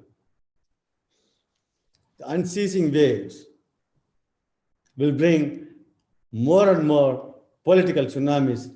I think that is not good for the world, particularly in this geopolitical shift and the advancement of the Cold War. Thank you very much. Thank you, Krishna. Thanks a lot for your valuable input on the significance of Tamil Nadu in the Indian Ocean region. And also, I would like to make one point over here, right? So the current ruling party of ADMK, right? So they unanimously passed the resolution in Tamil Nadu Assembly to restore the rights of ethnic Tamils in Sri Lanka, So independent Tamil is the only solution. So they passed the resolution, and also I believe it was back in 2014, I guess 2014, and also the Tamil Nadu government, it has as a constitutional value because it has Tamil Nadu is one of the ethnic nationality in the part of the Indian subcontinent. And also they have the significant influence in Delhi because that is the only state where the Indian national parties, they do not have any stake in the Tamil Nadu politics, right?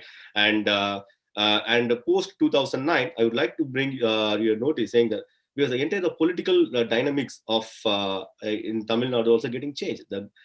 Because of the failure of how the brutally ended, that invoked the kind of a different thought process among Tamils, right? They think about the self-determination here. And also, I would like to make this Tamil Nadu government has passed a resolution to conduct international community to conduct the referendum among the Eelam Tamils to make their own choice. Okay, be it a part of integrated integrated Sri Lanka or independent Tamil Eelam. So that should be given to the choice of Tamils in Eelam and also in the diaspora. So yeah, I think we are passing. I think we are running short of time. So let's move on to the question and answer session. So I have received a few some response through online. First, let me because since we are running out of time, let me cut short these questions. Okay, so there were around 25 people emailed me. So with the different questions, and then some of the questions are duplicated. So I would like to bring Mr. Ratish. So Ratish, you can go ahead to whom you want to ask the question. Please go ahead. It's your time.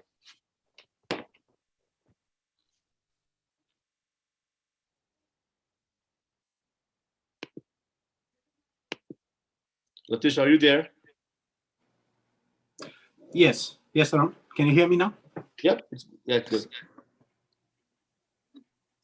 Okay, I think my video has.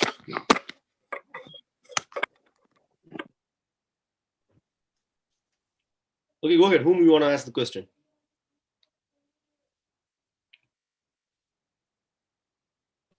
Can you hear me now? Yep, go ahead. So whom you want to ask the question? Okay, I want to ask a question to Mr. Eric. Can I go ahead? Yep, go ahead. Okay, good morning all. My question is to Norwegian diplomat, Mr. Erik Solheim.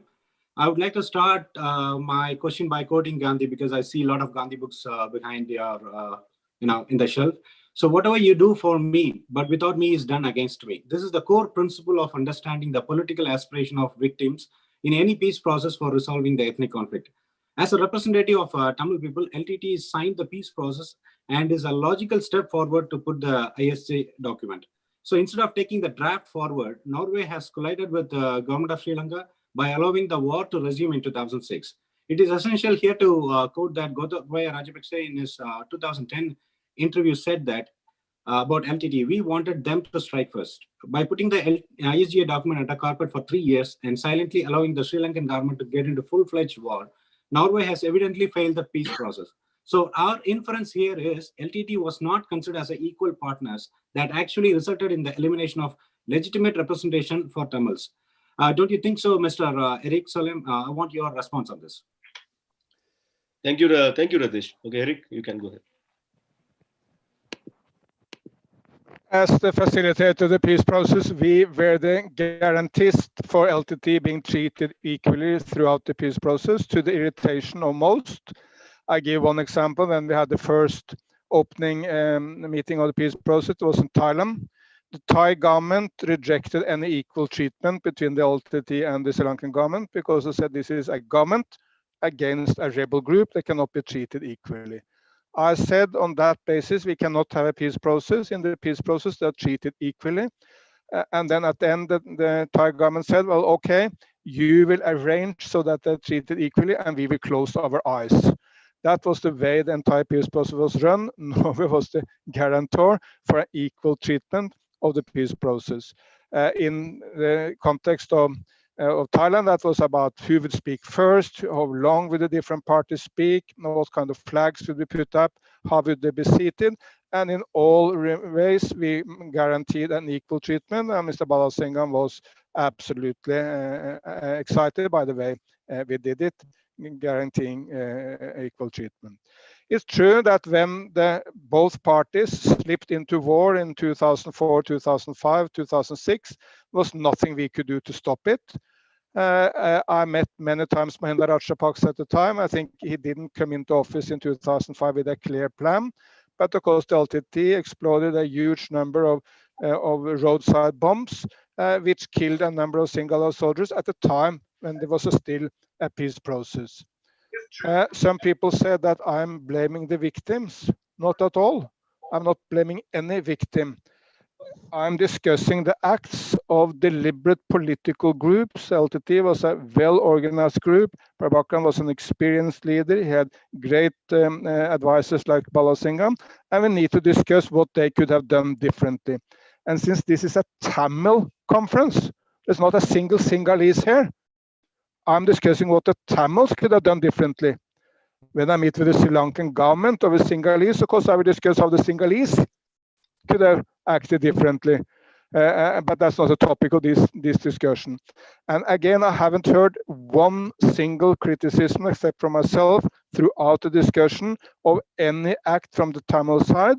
And it won't serve you well, because if you cannot admit to mistakes, and if you cannot learn from the mistakes of the LTT, you will not be prepared for the future.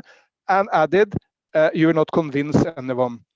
Rudra made it very clear that we are moving into a new geopolitical era. That's right. But you need to consider what advantages that may potentially give to the Tamil struggle. And the two main actors in South Asia now is India for sure and China. China, among all major nations, is the most state-centered of all of them. This is very, very deep in Chinese history. State has always been the main actor in Chinese history, and China has produced the most brilliant empires ever and the most brilliant dynasties ever. Tang dynasty, which traded with the Tamils, has been mentioned. And throughout the history of India, India has never wavered on one point, and that is, we will not accept a separate Tamil state. Indira Gandhi, for geopolitical reasons, which served the Tamils well at the time, provided weapons and support to the LTT to undermine Jayawardena in the geopolitical contest of the 1970s and 1980s. But never ever India accepted a separate Tamil state. And that is, of course, because Delhi considered that a major problem for India itself, because then it could be used potentially for groups in the northeast or from other groups in in India itself, to claim a separate state. I mean, Jammu and Kashmir comes to mind. So throughout, there has never ever been any support from Delhi for a separate state.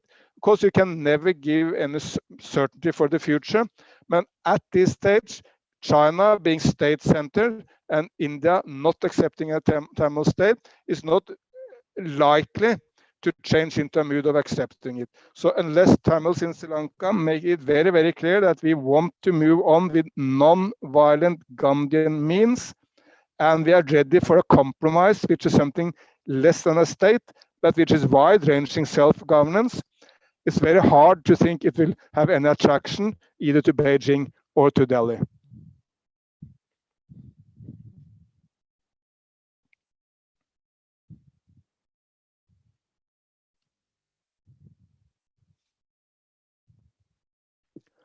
I cannot hear you now, so something is wrong. Okay, all right. So thank you, Eric. Thanks a lot for your answer. So next question is from Kartikeya Prabhu. Kartikeya Prabhu, you can go ahead with your question. So can you please unmute it? Yeah, go ahead. Kartik, are you there? Yeah. Can you hear me? Yep. Go ahead, throw your question. Okay. So my question is to Rudra. Why did LTTU choose Norway's peace process when it has a prior history of failure in Israel-Palestine issue? Well, it seems to be it's a good question, especially given the failure of peace process. But I want to give credit to Norway. Norway has some Rudra, you are on mute. Okay. Can you hear me now? Yeah, it's better. Yeah, it's good. Yeah, go ahead. No, that what I said was that was a good question, especially given the fact that given the failure of the peace process. But at the same time, I want to give credit to Norway. Norway has some successful negotiations under its belt, especially the South Sudan peace process. Norway participated, facilitated, and the Guatemala peace process, Colombia peace process, Afghanistan peace process. So the Norway was viewed as a person, as an entity that can facilitate the peace process. And also the main fact was Norway was outside the region of the conflict. So it was perceived that Norway will not have any vested interest, and Norway can play an honest, impartial role. That was the belief. But again, as I said, the thing is, I don't blame the facilitator, but they got succumbed to the state center system. That's what happened. They got succumbed to the state center system, and that's why I would say the parity was not maintained. Mr. Solyam talked about Thailand. I still remember when we went to Thailand for the first round of talks, we saw a big banner saying Sri Lanka peace process. I think it shouldn't be like that. It should be peace process between the government of Sri Lanka and the LTT. That should have been given the parity. But because the system is like that, that's what we are now fighting. We're trying to fighting to change the system, and we believe, given the evolving international law and international relations, we can do it. And I also would like to address Mr. Solyam's other comment that India is against an independent state. If an independent state is given to Tamils, then what about Kashmir? Two things I would like to say. The state's position are not static. It's are not written on stone. For example, in 1991, the senior Bush said about the Ukraine independence, he called it a suicidal nationalism. He called it a suicidal nationalism in 1991. Today, what's happening? US is protecting the territorial integrity of Ukraine. So the things will change. And even so, if India was so concerned about giving an independent state, they helped to create an independent state in Bangladesh. So the same thing. So the same rationale can be easily applicable here. And also what we are seeing now, especially recently during the Himalaya, China-India conflict, India is openly playing the Tibetan card. India is employing the secretive Tibetan paramilitary force. Indian ministers going to the funeral of the Tibetan fallen commander. So India is openly playing that card. So that's what we are saying. Now the things could change, and if we act smart, I think not only smart, then actually we deserve it. We are the victims. The only through an independent state we think we can preserve our very existence. Thank you. Thanks, Rudra. So we can go to the next question. So next question is from Ms. Ashrafi. So Ashrafi, you can join. Okay. Let me unmute you. Okay, Ashrafi, can you please unmute? Yeah. So Ashrafi, your volume is very low. So can you please boost it up?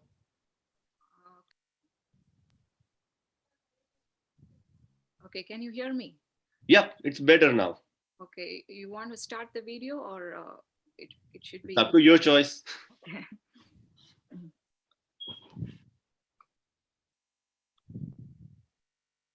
Yeah, go ahead.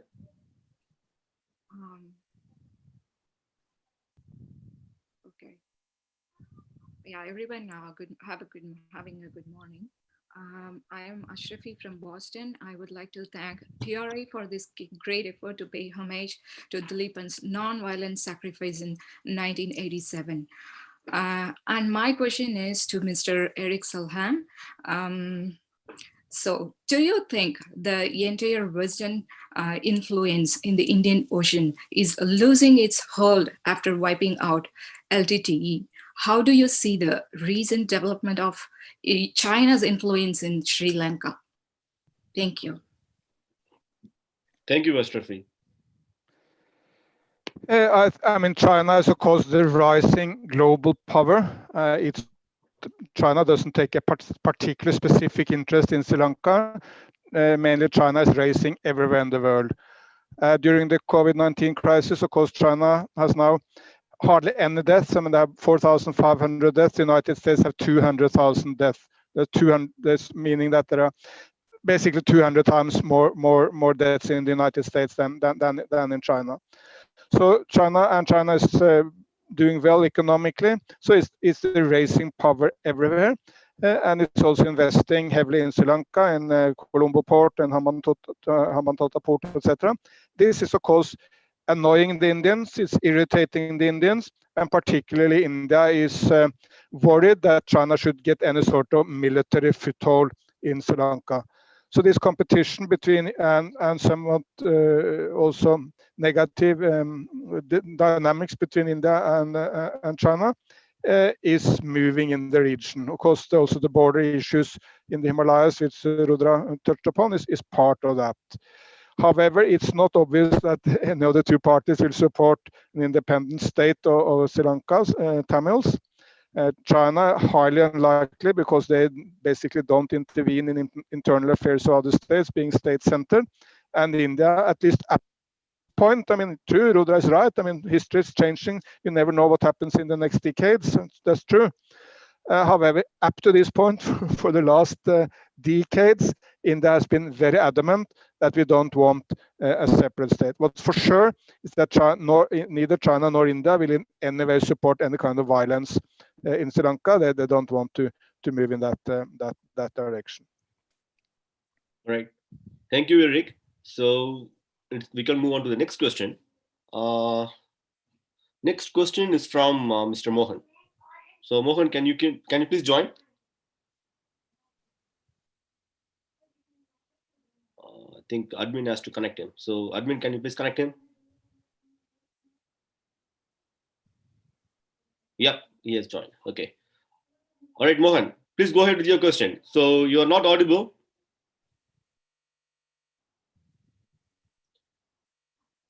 Mr. Mohan, you are not audible. Hello. Hello.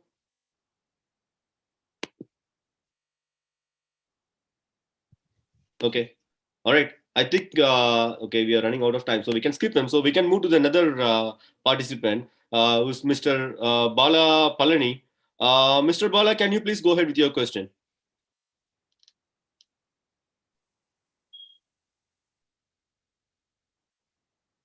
Yes, Bala, go ahead. So you're not audible too. Bala, you there? Yeah. Yeah, Bala. Bala, you're not audible.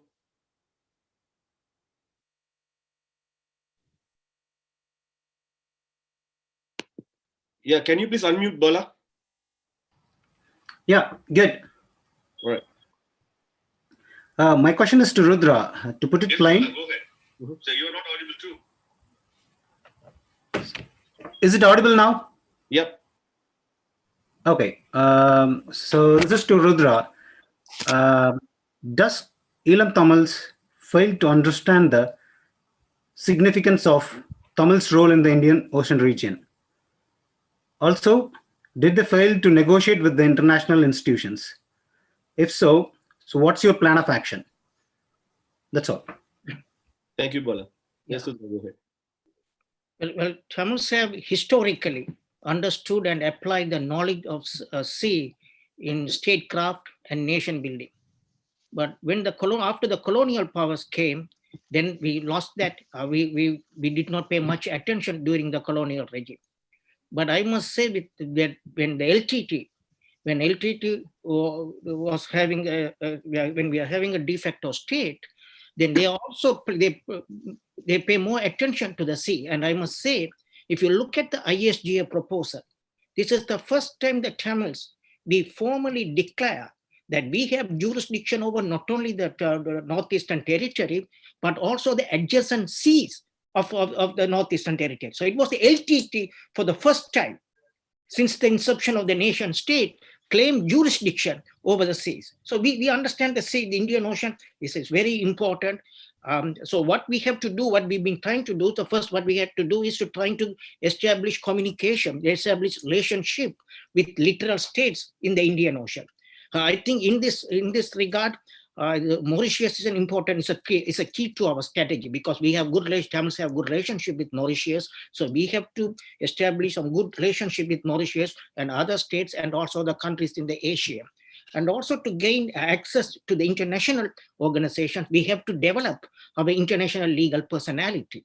So once we develop our international legal personality, then of course we can get membership in the Indian Ocean Commission or the Indian Ocean Rim Association. So first we have to develop an international legal personality. That's we are trying to do, and we've been paying TGT's been paying attention on this one since our inception. When the Hambantota project was announced, we hired an internal maritime law firm in Europe to give us a study about how it impacts on the territorial rights, on sovereign rights, on environment. So we've been paying attention on this one. And this is one of our main areas. We're thinking through in the Indian Ocean plays an important role in our struggle and in our path for independence. So to put it in, to summarize it, I think what we have to do is we have to start to establish relationship with littoral states in Indian Ocean.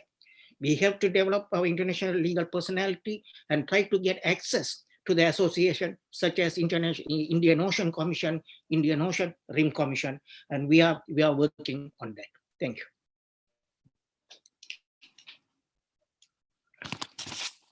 Thanks, Rudra. Yeah. Thank you, Rudra. So another participant is Mr. Chandru. Mr. Chandru, can you please pitch in? Can you please unmute it? Chandru, can you please unmute? Rim Commission, and we are working on that. Thank you. So I think Bala, so there's another line got open. So yeah.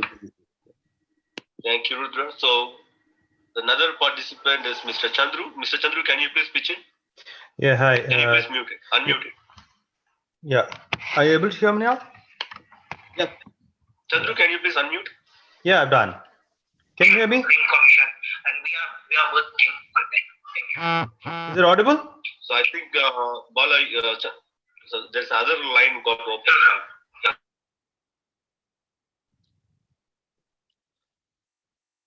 So, Mr. Chandru, can you please pitch in? Admin, can you please sort out this? There is another duplicate line. Yeah, hi. Yeah. Are you able to hear me now? Chandru, can you please unmute?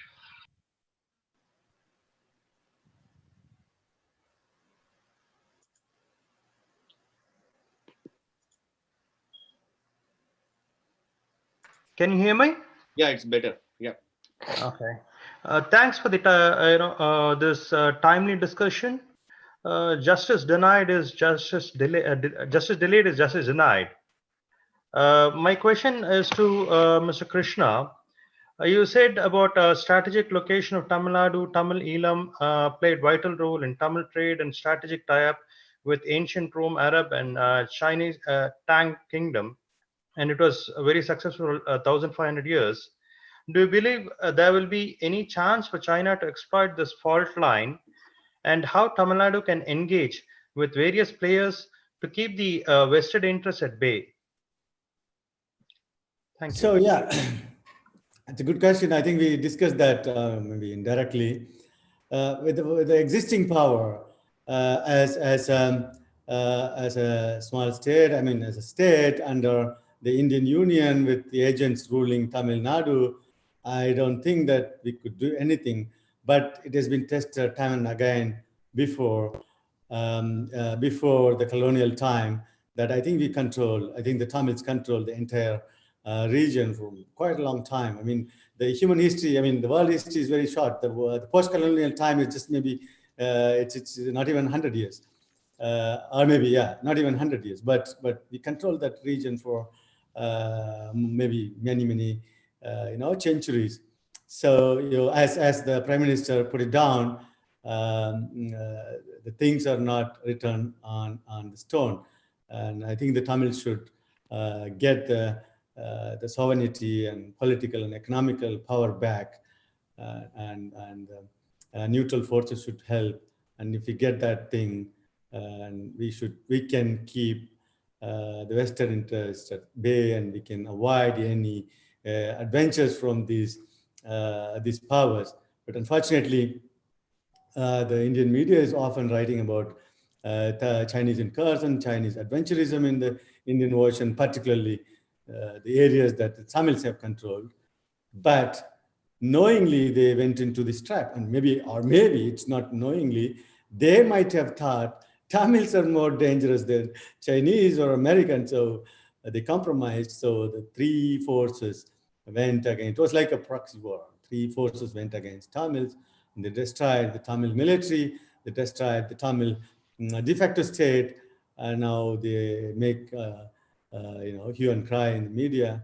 It is no base and foundation. Yes, but if we regain our sovereignty and power, we can definitely protect that area. That is what we were doing. There were many historical powers, but still they could not reach, they could not do, they could not disturb anything in the area where we were strong.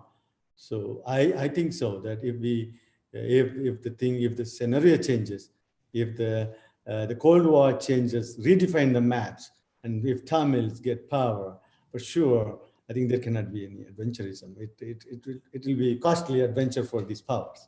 That's all I can say at this moment. Thank you, Krishna. Thank you, Chandra, for your question. So I have another question. I think Ashrafi, who asked the question previously, she wanted to ask another question. She missed it, seems. So Ashrafi, can you please throw your question? Yeah, this question also to Mr. Eric Solheim. Do you believe that you failed in assessing India's conflict of interest in the Eelam Tamils issue, as India also has a significant ethnic Tamil population who are also demanding for provincial autonomy within Indian Union? I related to India through the peace process. Basically, whenever I had met with Prabhakara and Balasingham or leaders in Colombo, I went straight to Delhi to discuss with the Indian leaders. And there was something constant, and that was India believed in a peaceful settlement. They did not support and would not support a separate state, but they were happy with wide-ranging autonomy for Tamils within a Sri Lankan state, and they supported that throughout. And India was the main supporter of the peace process until they became gradually more and more disappointed with the LTT, and towards the end of the war, it's clearly supported the government in winning a military victory, but only from about 2008 that happened. That was the time when the Indians thought that a military victory is possible. Before that, they didn't believe it was possible. And this was the case with the BJP government at the time, and then later with the Congress government. So it was completely independent of the two main political parties in Delhi. And again, you are demanding or asking for international support. I mean, you say that a new geopolitical situation between India and China may give you support, or you're asking support from America, from Europe, and others. Then I think it's useful to reflect a little bit upon why no one, absolutely no power in the world, supported LTT at the end of the war. It was an enormous brutality from the government of Sri Lanka, as we all know. It was war crimes. Tens of thousands of Tamils were murdered in a completely unacceptable way. Still, India, United States, China, the European Union, all of them came down on the side of the government of Sri Lanka. To me, that was because of major political mistakes by the LTT, which you need to avoid for the future. But if you don't want to reflect upon that, I simply cannot help you. Throughout this conversation, I've heard, except from my own views, not one single criticism of a single act by the LTT, just excuses that everything went right. And well, if you want support from the international powers in the future, maybe you should listen to those of us who relate to these powers. I went there to tell the Indians, the Americans, the European Union, all of them, what was Prabhakaran's views. And I remember very well what they came back with. And gradually they changed the view into a more anti-LTT position because of all the murders done by the LTT. I can just advise you to reflect upon this. If you continue just to blame India, America, European Union, even the peacemaker like Norway, you will come nowhere. At the time, at the end of the war, we Norwegians were the only international nation speaking to the LTT. We spoke to Polidevan and Nadesan on behalf of Prabhakaran on a weekly basis throughout this. No one else, not one single other power related to LTT. And you start blaming Norway, maybe in a mild way, and then you continue to blame everyone else, it will take you nowhere. Thank you, Eric. Actually, our question was like, it's not about blaming LTT, blaming facilitators, Norway facilitators. However, she's asking the questions about, did Norway consider the Tamils factor in India, right? And Tamils factor in India into your consideration on taking any kind of constructive decisions on ethnic crisis of Sri Lanka, because the same kind of issues, right? Even traditionally from the independence, from 1947, the demand of provincial autonomy of Tamil from Tamil Nadu, right? It's a long demand from the ruling party of ADMK, or be it D in the previous ruling government of DMK. So that the core principle is the provincial autonomy. So do you think that conflict of interest of India impacted, that failed in the ethnic Tamils version in Sri Lanka? Well, that's a very fair and very good question. Our view through the peace process was that it would be difficult for us to play the role as relating to Tamil Nadu political environment, meaning to relate to the AMDK or the DMK, any of the main political parties there, to relate to Jayalalitha or to any other, or to, not Stalin, to any of the other leaders there. We didn't want to do that for two main reasons. Delhi didn't want that to happen. Delhi wanted the India to be represented by the central government in Delhi and did not want a separate role from the Tamil Nadu polity. And secondly, the LTT didn't want it either, because they had, of course, extensive contacts with different Tamil groups in Tamil Nadu, and they wanted full control about those contacts. So true, I went maybe a couple of times to Chennai during the peace process, but I went maybe 50, 100 times to Delhi. So that shows the difference. We related to the central government rather than to the Tamil Nadu political forces like AMDK or DMK. So actually, that is the challenging part here, right? Because that is the conflict of interest of Indian government in this issue, right? So yeah. I think that influenced the Indian government view. I mean, as we all know, in the early phases of Indian federalism, there was a fairly strong movement in Tamil Nadu towards more independence, and that was also how Indian federalism was established. Whenever political forces in Delhi has tried to make Hindi the main language of the land, or make a very strong central authority in India, Tamil Nadu has been in the lead of forcing, of course, the importance of regional languages. I mean, like Tamil. I mean, there is absolutely no disagreement on the fantastic history of Tamils. And I mean, this is one of the most splendid histories, one of the greatest languages of humanity, as Krishna said. I mean, no one is disagreeing to that. So Tamil Nadu has played a key role as the proponent of Indian federalism whenever anyone has tried to impose either Hindi as the major language or Northern Indian version of Hinduism as the main religion of the land, whatever may have come from Delhi. So yes, India did not want a separatist movement in Sri Lanka to influence kind of separatist movement in India. That's true. Yeah. So now there is no armed struggle, something, because the legal demand from the Tamils party from Sri Lanka, right? So it's on the very based on the very within the framework of international constitutions, because universal declarations of human rights. They said human rights. They said the self-determination of any, it has a provision that determination of any ethnic group, that is the fundamental rights. That's the universal declaration of UN that's endorsing it. So that is that's a legal provision, right? Because the demand is from within the framework of the recognized UN Charter. Sure, but I mean, no Indian government in the near future is likely to accept the right of any state of India to leave the union. I mean, if the state of Assam wanted to leave the union, or the state of Tamil Nadu wanted to leave the union, is in all likelihood likely to be opposed by the center. That's not just in India, of course. If California wanted to leave the the Federation of American States, is very likely to be opposed by Washington and the center. And you can go on with global examples of this. Okay, all right, sounds good. So we have... In line with the same question, I have one question to Eric out of curiosity. So can I?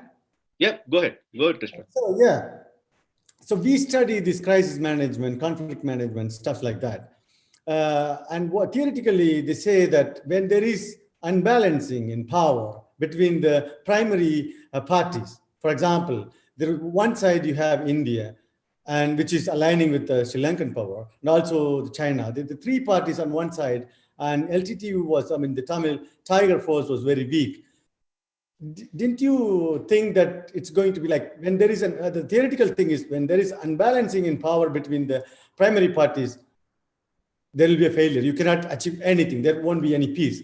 So didn't you expect that at the first place while going into that? Second thing, the added thing to this, the Tamils from the Tamil Nadu are also primary stakeholders in this, because all these, the revolutionary forces, all these armed movements, militants were trained, they were nursed, they were mothered, they were, financed in Tamil Nadu. So the whole thing was created in Tamil Nadu.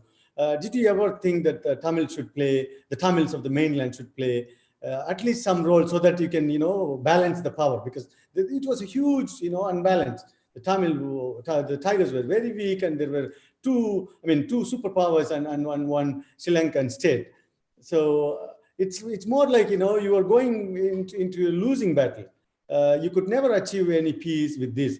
And yeah, moreover, I want to add one thing. So despite all this, the genocide and everything, you were very popular among Tamils. I think next to the contemporary, next to Trump, I think you are the most familiar and well-loved person in Tamil community. So since you again and again you stress this point, nobody is complaining. I mean, nobody's doing any introspection. Nobody's making criticism on the Tigers. Maybe I could do one criticism that in a lighter note. Maybe Tigers should have, when they foresaw this was coming in 2006 or 7, they should have ran away from Sri Lanka, and the genocide could have been more smoother in 2007 rather than dragging till 8, 9. So, we could have saved more time, but for sure not the lives. That might, put you in a happy note. Yeah, that's it. Of course, we considered all what we're to bring up are absolutely essential issues, and we try to consider them all. Remember that during the peace process, Norway was hardly criticized by Tamils. I mean, 99% of all criticism of Norway during the peace process was from the Sinhalese chauvinist side. There were effigies of me burned in the streets of Colombo. There was death threats. There were posters saying that I should be responsible for Tamil as the main sponsor of Tamil terrorism, as it was called, etc., etc. So we were constantly attacked by the Sinhalese chauvinist side. And we considered all the issues you brought up. But remember the following: from the beginning of the peace process, both India and the United States supported it. India supported it wholeheartedly, and even United States gradually under Bush came into support of the peace process. And both India and the United States were absolutely ready to support federalism in Sri Lanka of Indian type or Canadian type or German type or Indonesian type. You can look to many federal systems in the world. All of them were ready to support that. China at the time played a very minor role. This was before China really rose to the present global power.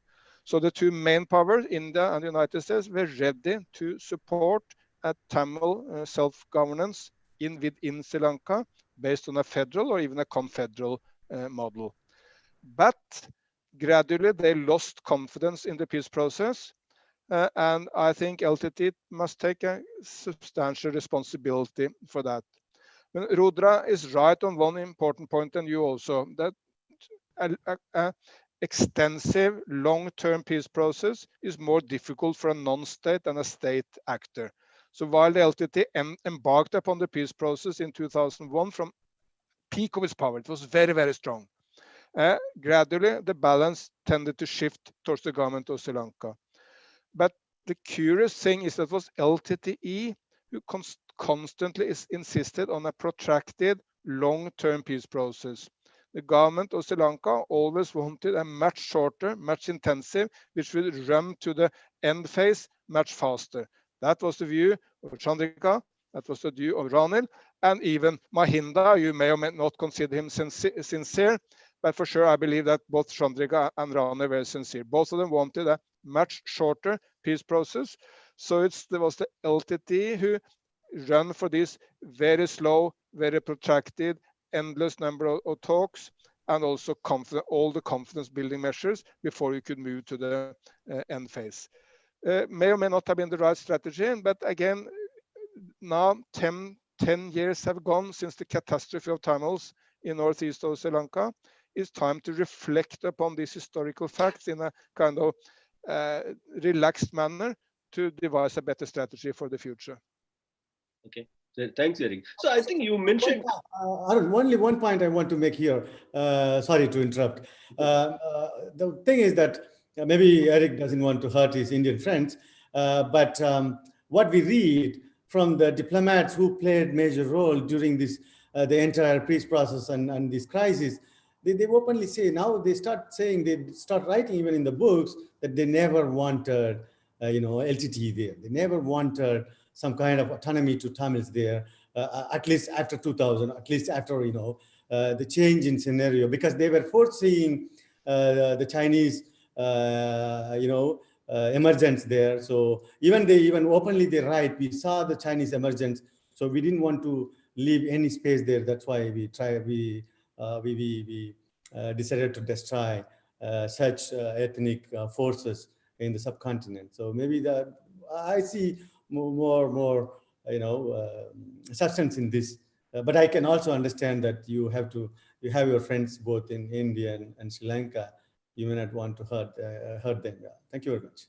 Yeah, and on top of it, I would like to add one more thing related to this this context. Okay, so I think there was NORAD, the agency which is under the external affairs of Norway. They have released the report back in 2011, I believe. They were assessing the entire peace process. So there were some statements mentioned in the NORAD report saying that India does not want that the peace process to be successful, or the self-determined. The autonomous. Even they are not something like they are not encouraging that even the autonomous or federalism, full freedom federalism solution to Sri Lankan Tamils, because that will impact back to Tamil Nadu. So what do you have any input on that? Okay. And also I have another question. You've mentioned something about the Indian federalism, right? So Indian federalism, if you look at the last few years, they scrapped because Kashmir was having a autonomous status. Okay, so that was as per the UN resolution by 1952 or 48. So now it got completely scrapped. Now the ethnic nationalities of Kashmir has become the stateless nations, and also the same kind. So you mentioned something about right? If you analyze the conflict in Singapore started with only Sinhala Act back in 1952. So same thing's happening in India, right? So because the entire so-called federalism structure is getting faded away, because how do you think it is possible the federalism structure will work when a diverse community in terms of religion, in terms of a complete ethnicity and the linguistical differences. So how it gonna work? Let me respond to both. I mean, it seems that the topic here of the new geopolitics of South Asia, how that can help the Tamils. Then, of course, you need to consider, would you want China to support you or do you want India to support you? And I got the impression that you wanted India to support you in this context. If that's the case, you need to analyze how that can happen. The reality is that there was a huge support in India for the Tamil cause, for the Tamil civilian population, for Tamil self-rule. True, there was a negative view in India and in political circles of the LTT, and that was there all the way, and again comes back mainly to the murder of Rajiv Gandhi, which cannot be wiped out of history because it's so critical to the view from Delhi. And we started the peace process with the BJP. It was not the Congress at the time. BJP were there, and still with the BJP government, still that was a major factor. They didn't love the LTT, but they were largely supportive of the Tamil cause and were ready for sure for federalism or confederalism in Sri Lanka if it was a negotiated settlement. And if you want to bring India, meaning the Indian central government, back to that position, you need to consider how we can relate to them in a way which gain their confidence. Otherwise, it will not work. The Norwegian report you mentioned had one major criticism of Norwegian government. They said Norway should have withdrawn from the peace process around 2006, because at that time it was clear that both Rajapaksa and the LTT wanted to go back to war, so we should have withdrawn. But please consider, at the time, the LTT begged us to continue. Balasingham before he died, but also Prabhakaran, we didn't speak, after that I didn't speak directly to Prabhakaran, but I spoke numerous times to Puli or Nadesan, because who acted on behalf of Prabhakaran. They all the way said, no, please, please, please, we need you. Don't go away. So the demand from this group in Norway that we should have kind of decided we want to continue, we should go away when the parties, particularly the LTT, want us to continue. At least it's very arrogant. Here is a small, far away country, and when the parties to the conflict ask you to continue, you should go away. Well, that's not the way I want to do international politics. Okay. All right. So, Rudra, so you want to ask something, you want to tell something, right? Okay, go ahead. So please unmute. Unmute, Rudra. Unmute. There are two things I would like to say. One is that Eric repeatedly said that all the countries, all the powers, they were against the LTT because they did not like the LTT section. That's not the factor. As I said earlier, the reason they were against LTT, they did not want a new factor to come into play in the global order. That was the reason. That was the reason all the states band together to eliminate that factor. And we come to the other thing, Mr. Eric Solheim said that that the Tigers wanted Norway to continue to play a role. In 2008, I vividly remember, in 2008 during the SARC conference, when LTT announced a unilateral ceasefire, we called the person who succeeded Mr.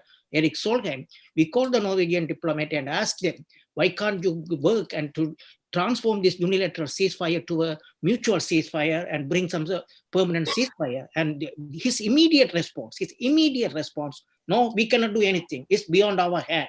This is 2008, July. This is 11 months before 2009, May. Even at that time, had Norway played some role to bring ceasefire agreement, I think we would have averted this the genocide. In 2008, December, we went to South Africa. We talked to Zuma. We talked to the foreign ministers. They all said, okay, we'll bring ceasefire. We'll bring ceasefire. At least they tried. But unfortunately, Norway did not even try to bring a ceasefire in 2008. So I think in that aspect, my view is Norway failed in that aspect. Thank you. This is frankly absolutely ridiculous to blame the powerless facilitator for, I mean, at the time in 2008, because the Rajapaksa government believed that they could win a military victory. And that's why they did so. The Indian government also, for the first time, before that, they thought that that's impossible. Now they thought it's possible.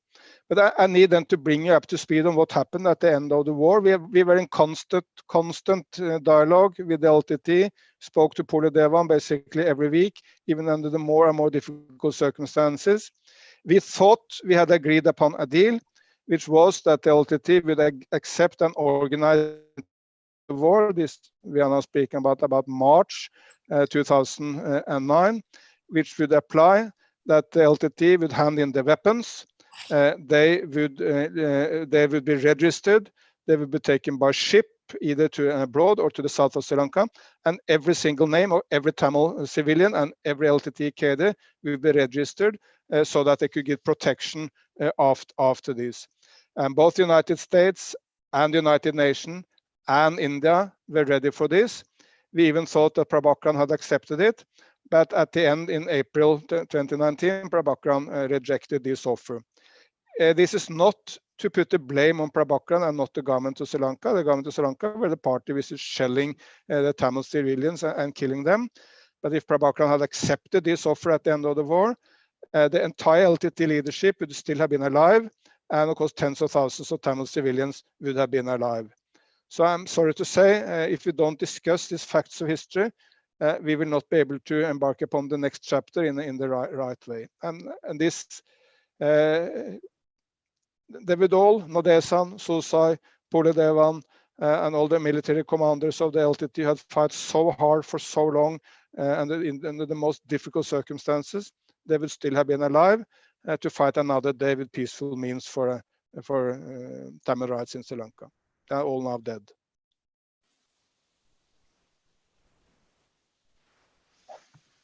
Okay, so we have two more questions. Actually, we are running short of time, so only we can have two more questions. One is from Miss Besti. So, Miss Besti, can you please join? So unmute yourself and you can go ahead with your question.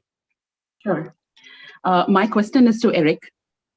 Eric, at a personal level, did you ever feel that you have wronged Tamils at any step of the peace process?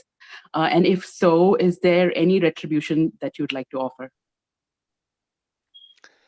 I feel very sorry for the fact that we could not stop the war. But when Prabhakaran, as well as Mahinda Rajapaksa, wanted to wage this war to the end, there was no way we could stop it. We tried our very best, but about 2006, there was both sides went back to war, and we couldn't stop it. When I speak to the Sri Lankan government, I point to all the mistakes they did. When I speak to the LTT or to the Tamil side, I point to all the mistakes the LTT did.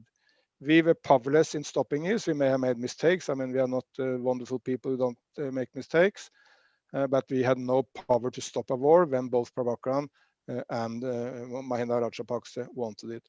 I have difficulties understanding the decisions made by Prabhakaran, I have to say, because he was a military genius for very long. I mean, think of the overwhelming odds against taking the Elephant Pass or the enormous achievements LTT had in the early in 2000, 2001 on the military side. And from 2006 onwards, he mainly made mistakes. And the most sad thing is that he didn't listen to Balasingham, because every mistake Prabhakaran did was foreseen, predicted by Balasingham, and could have been avoided. But Balasingham, as you know, died in 2006. So after that, there was no person to give the good advice to Prabhakaran. Thanks, Eric. So there is one more question from Bala Chandran. So Bala Chandran, can you please go ahead with your question? Can you guys hear me? Yep. Hey, good morning, everyone. And thanks to the coordinators of this meeting and all the representatives and the participants.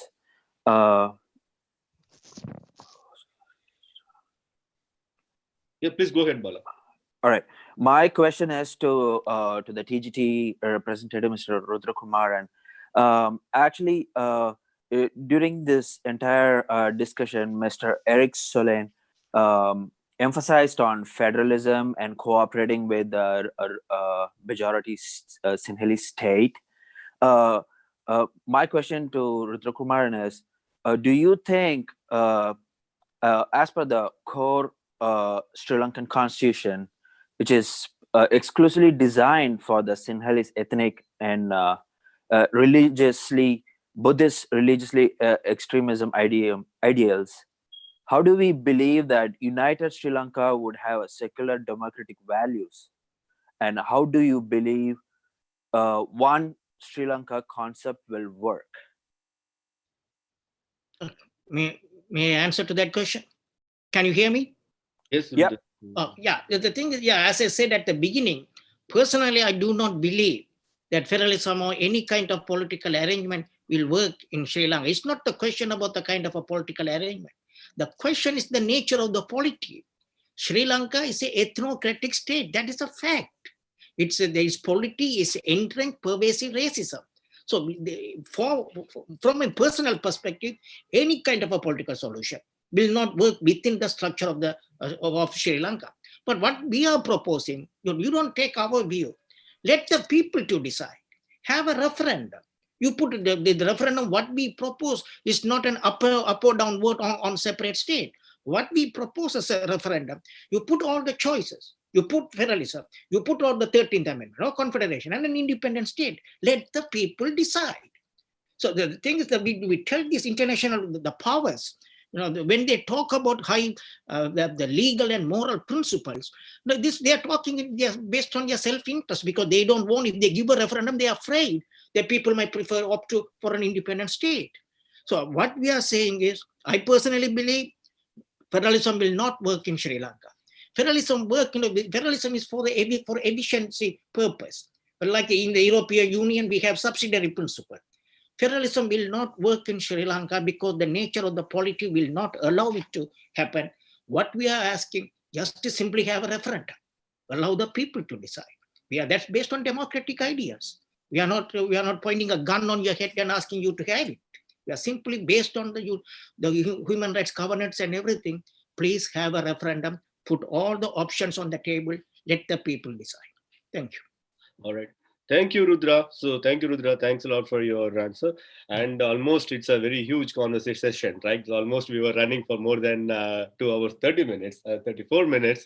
Yeah, thanks a lot for your patience, especially from Eric Solheim, because all the panelists, right? Especially Eric Solheim and you and Mr. Krishna, because challenging part was like, everybody is joining from the different continent and different time zones, right? So you guys made this happen successful. And then I hope this TRI's, this particular webinar would have created some kind of thought process, right? Apart from what happened during the final stages of the war, from if it is India's interest, Tamil Nadu interest, and also I hope this would have triggered some thought process in terms of geopolitical contest, okay, in terms of Universal Declaration of Human Charter, and what's happening in Tamil Nadu Assembly passed the resolution. So I think it brings a lot of idea about the sustainable solution, because this is not the end. This is just a start, right? So still we have long way to go, right? So let's continue. And thanks a lot for joining. Thanks a lot to all the panelists joining here and patiently and asking answering all the questions. Especially Mr. Eric Solheim. I know he's a very busy person nowadays. His calendar is fully blocked 24/7, right? So he's attending the meeting from west to east in the different time zones. So, and all with you, right? And hope everybody is doing well and safe. Okay, take care. Thanks a lot for joining once again. Thank you. Yeah.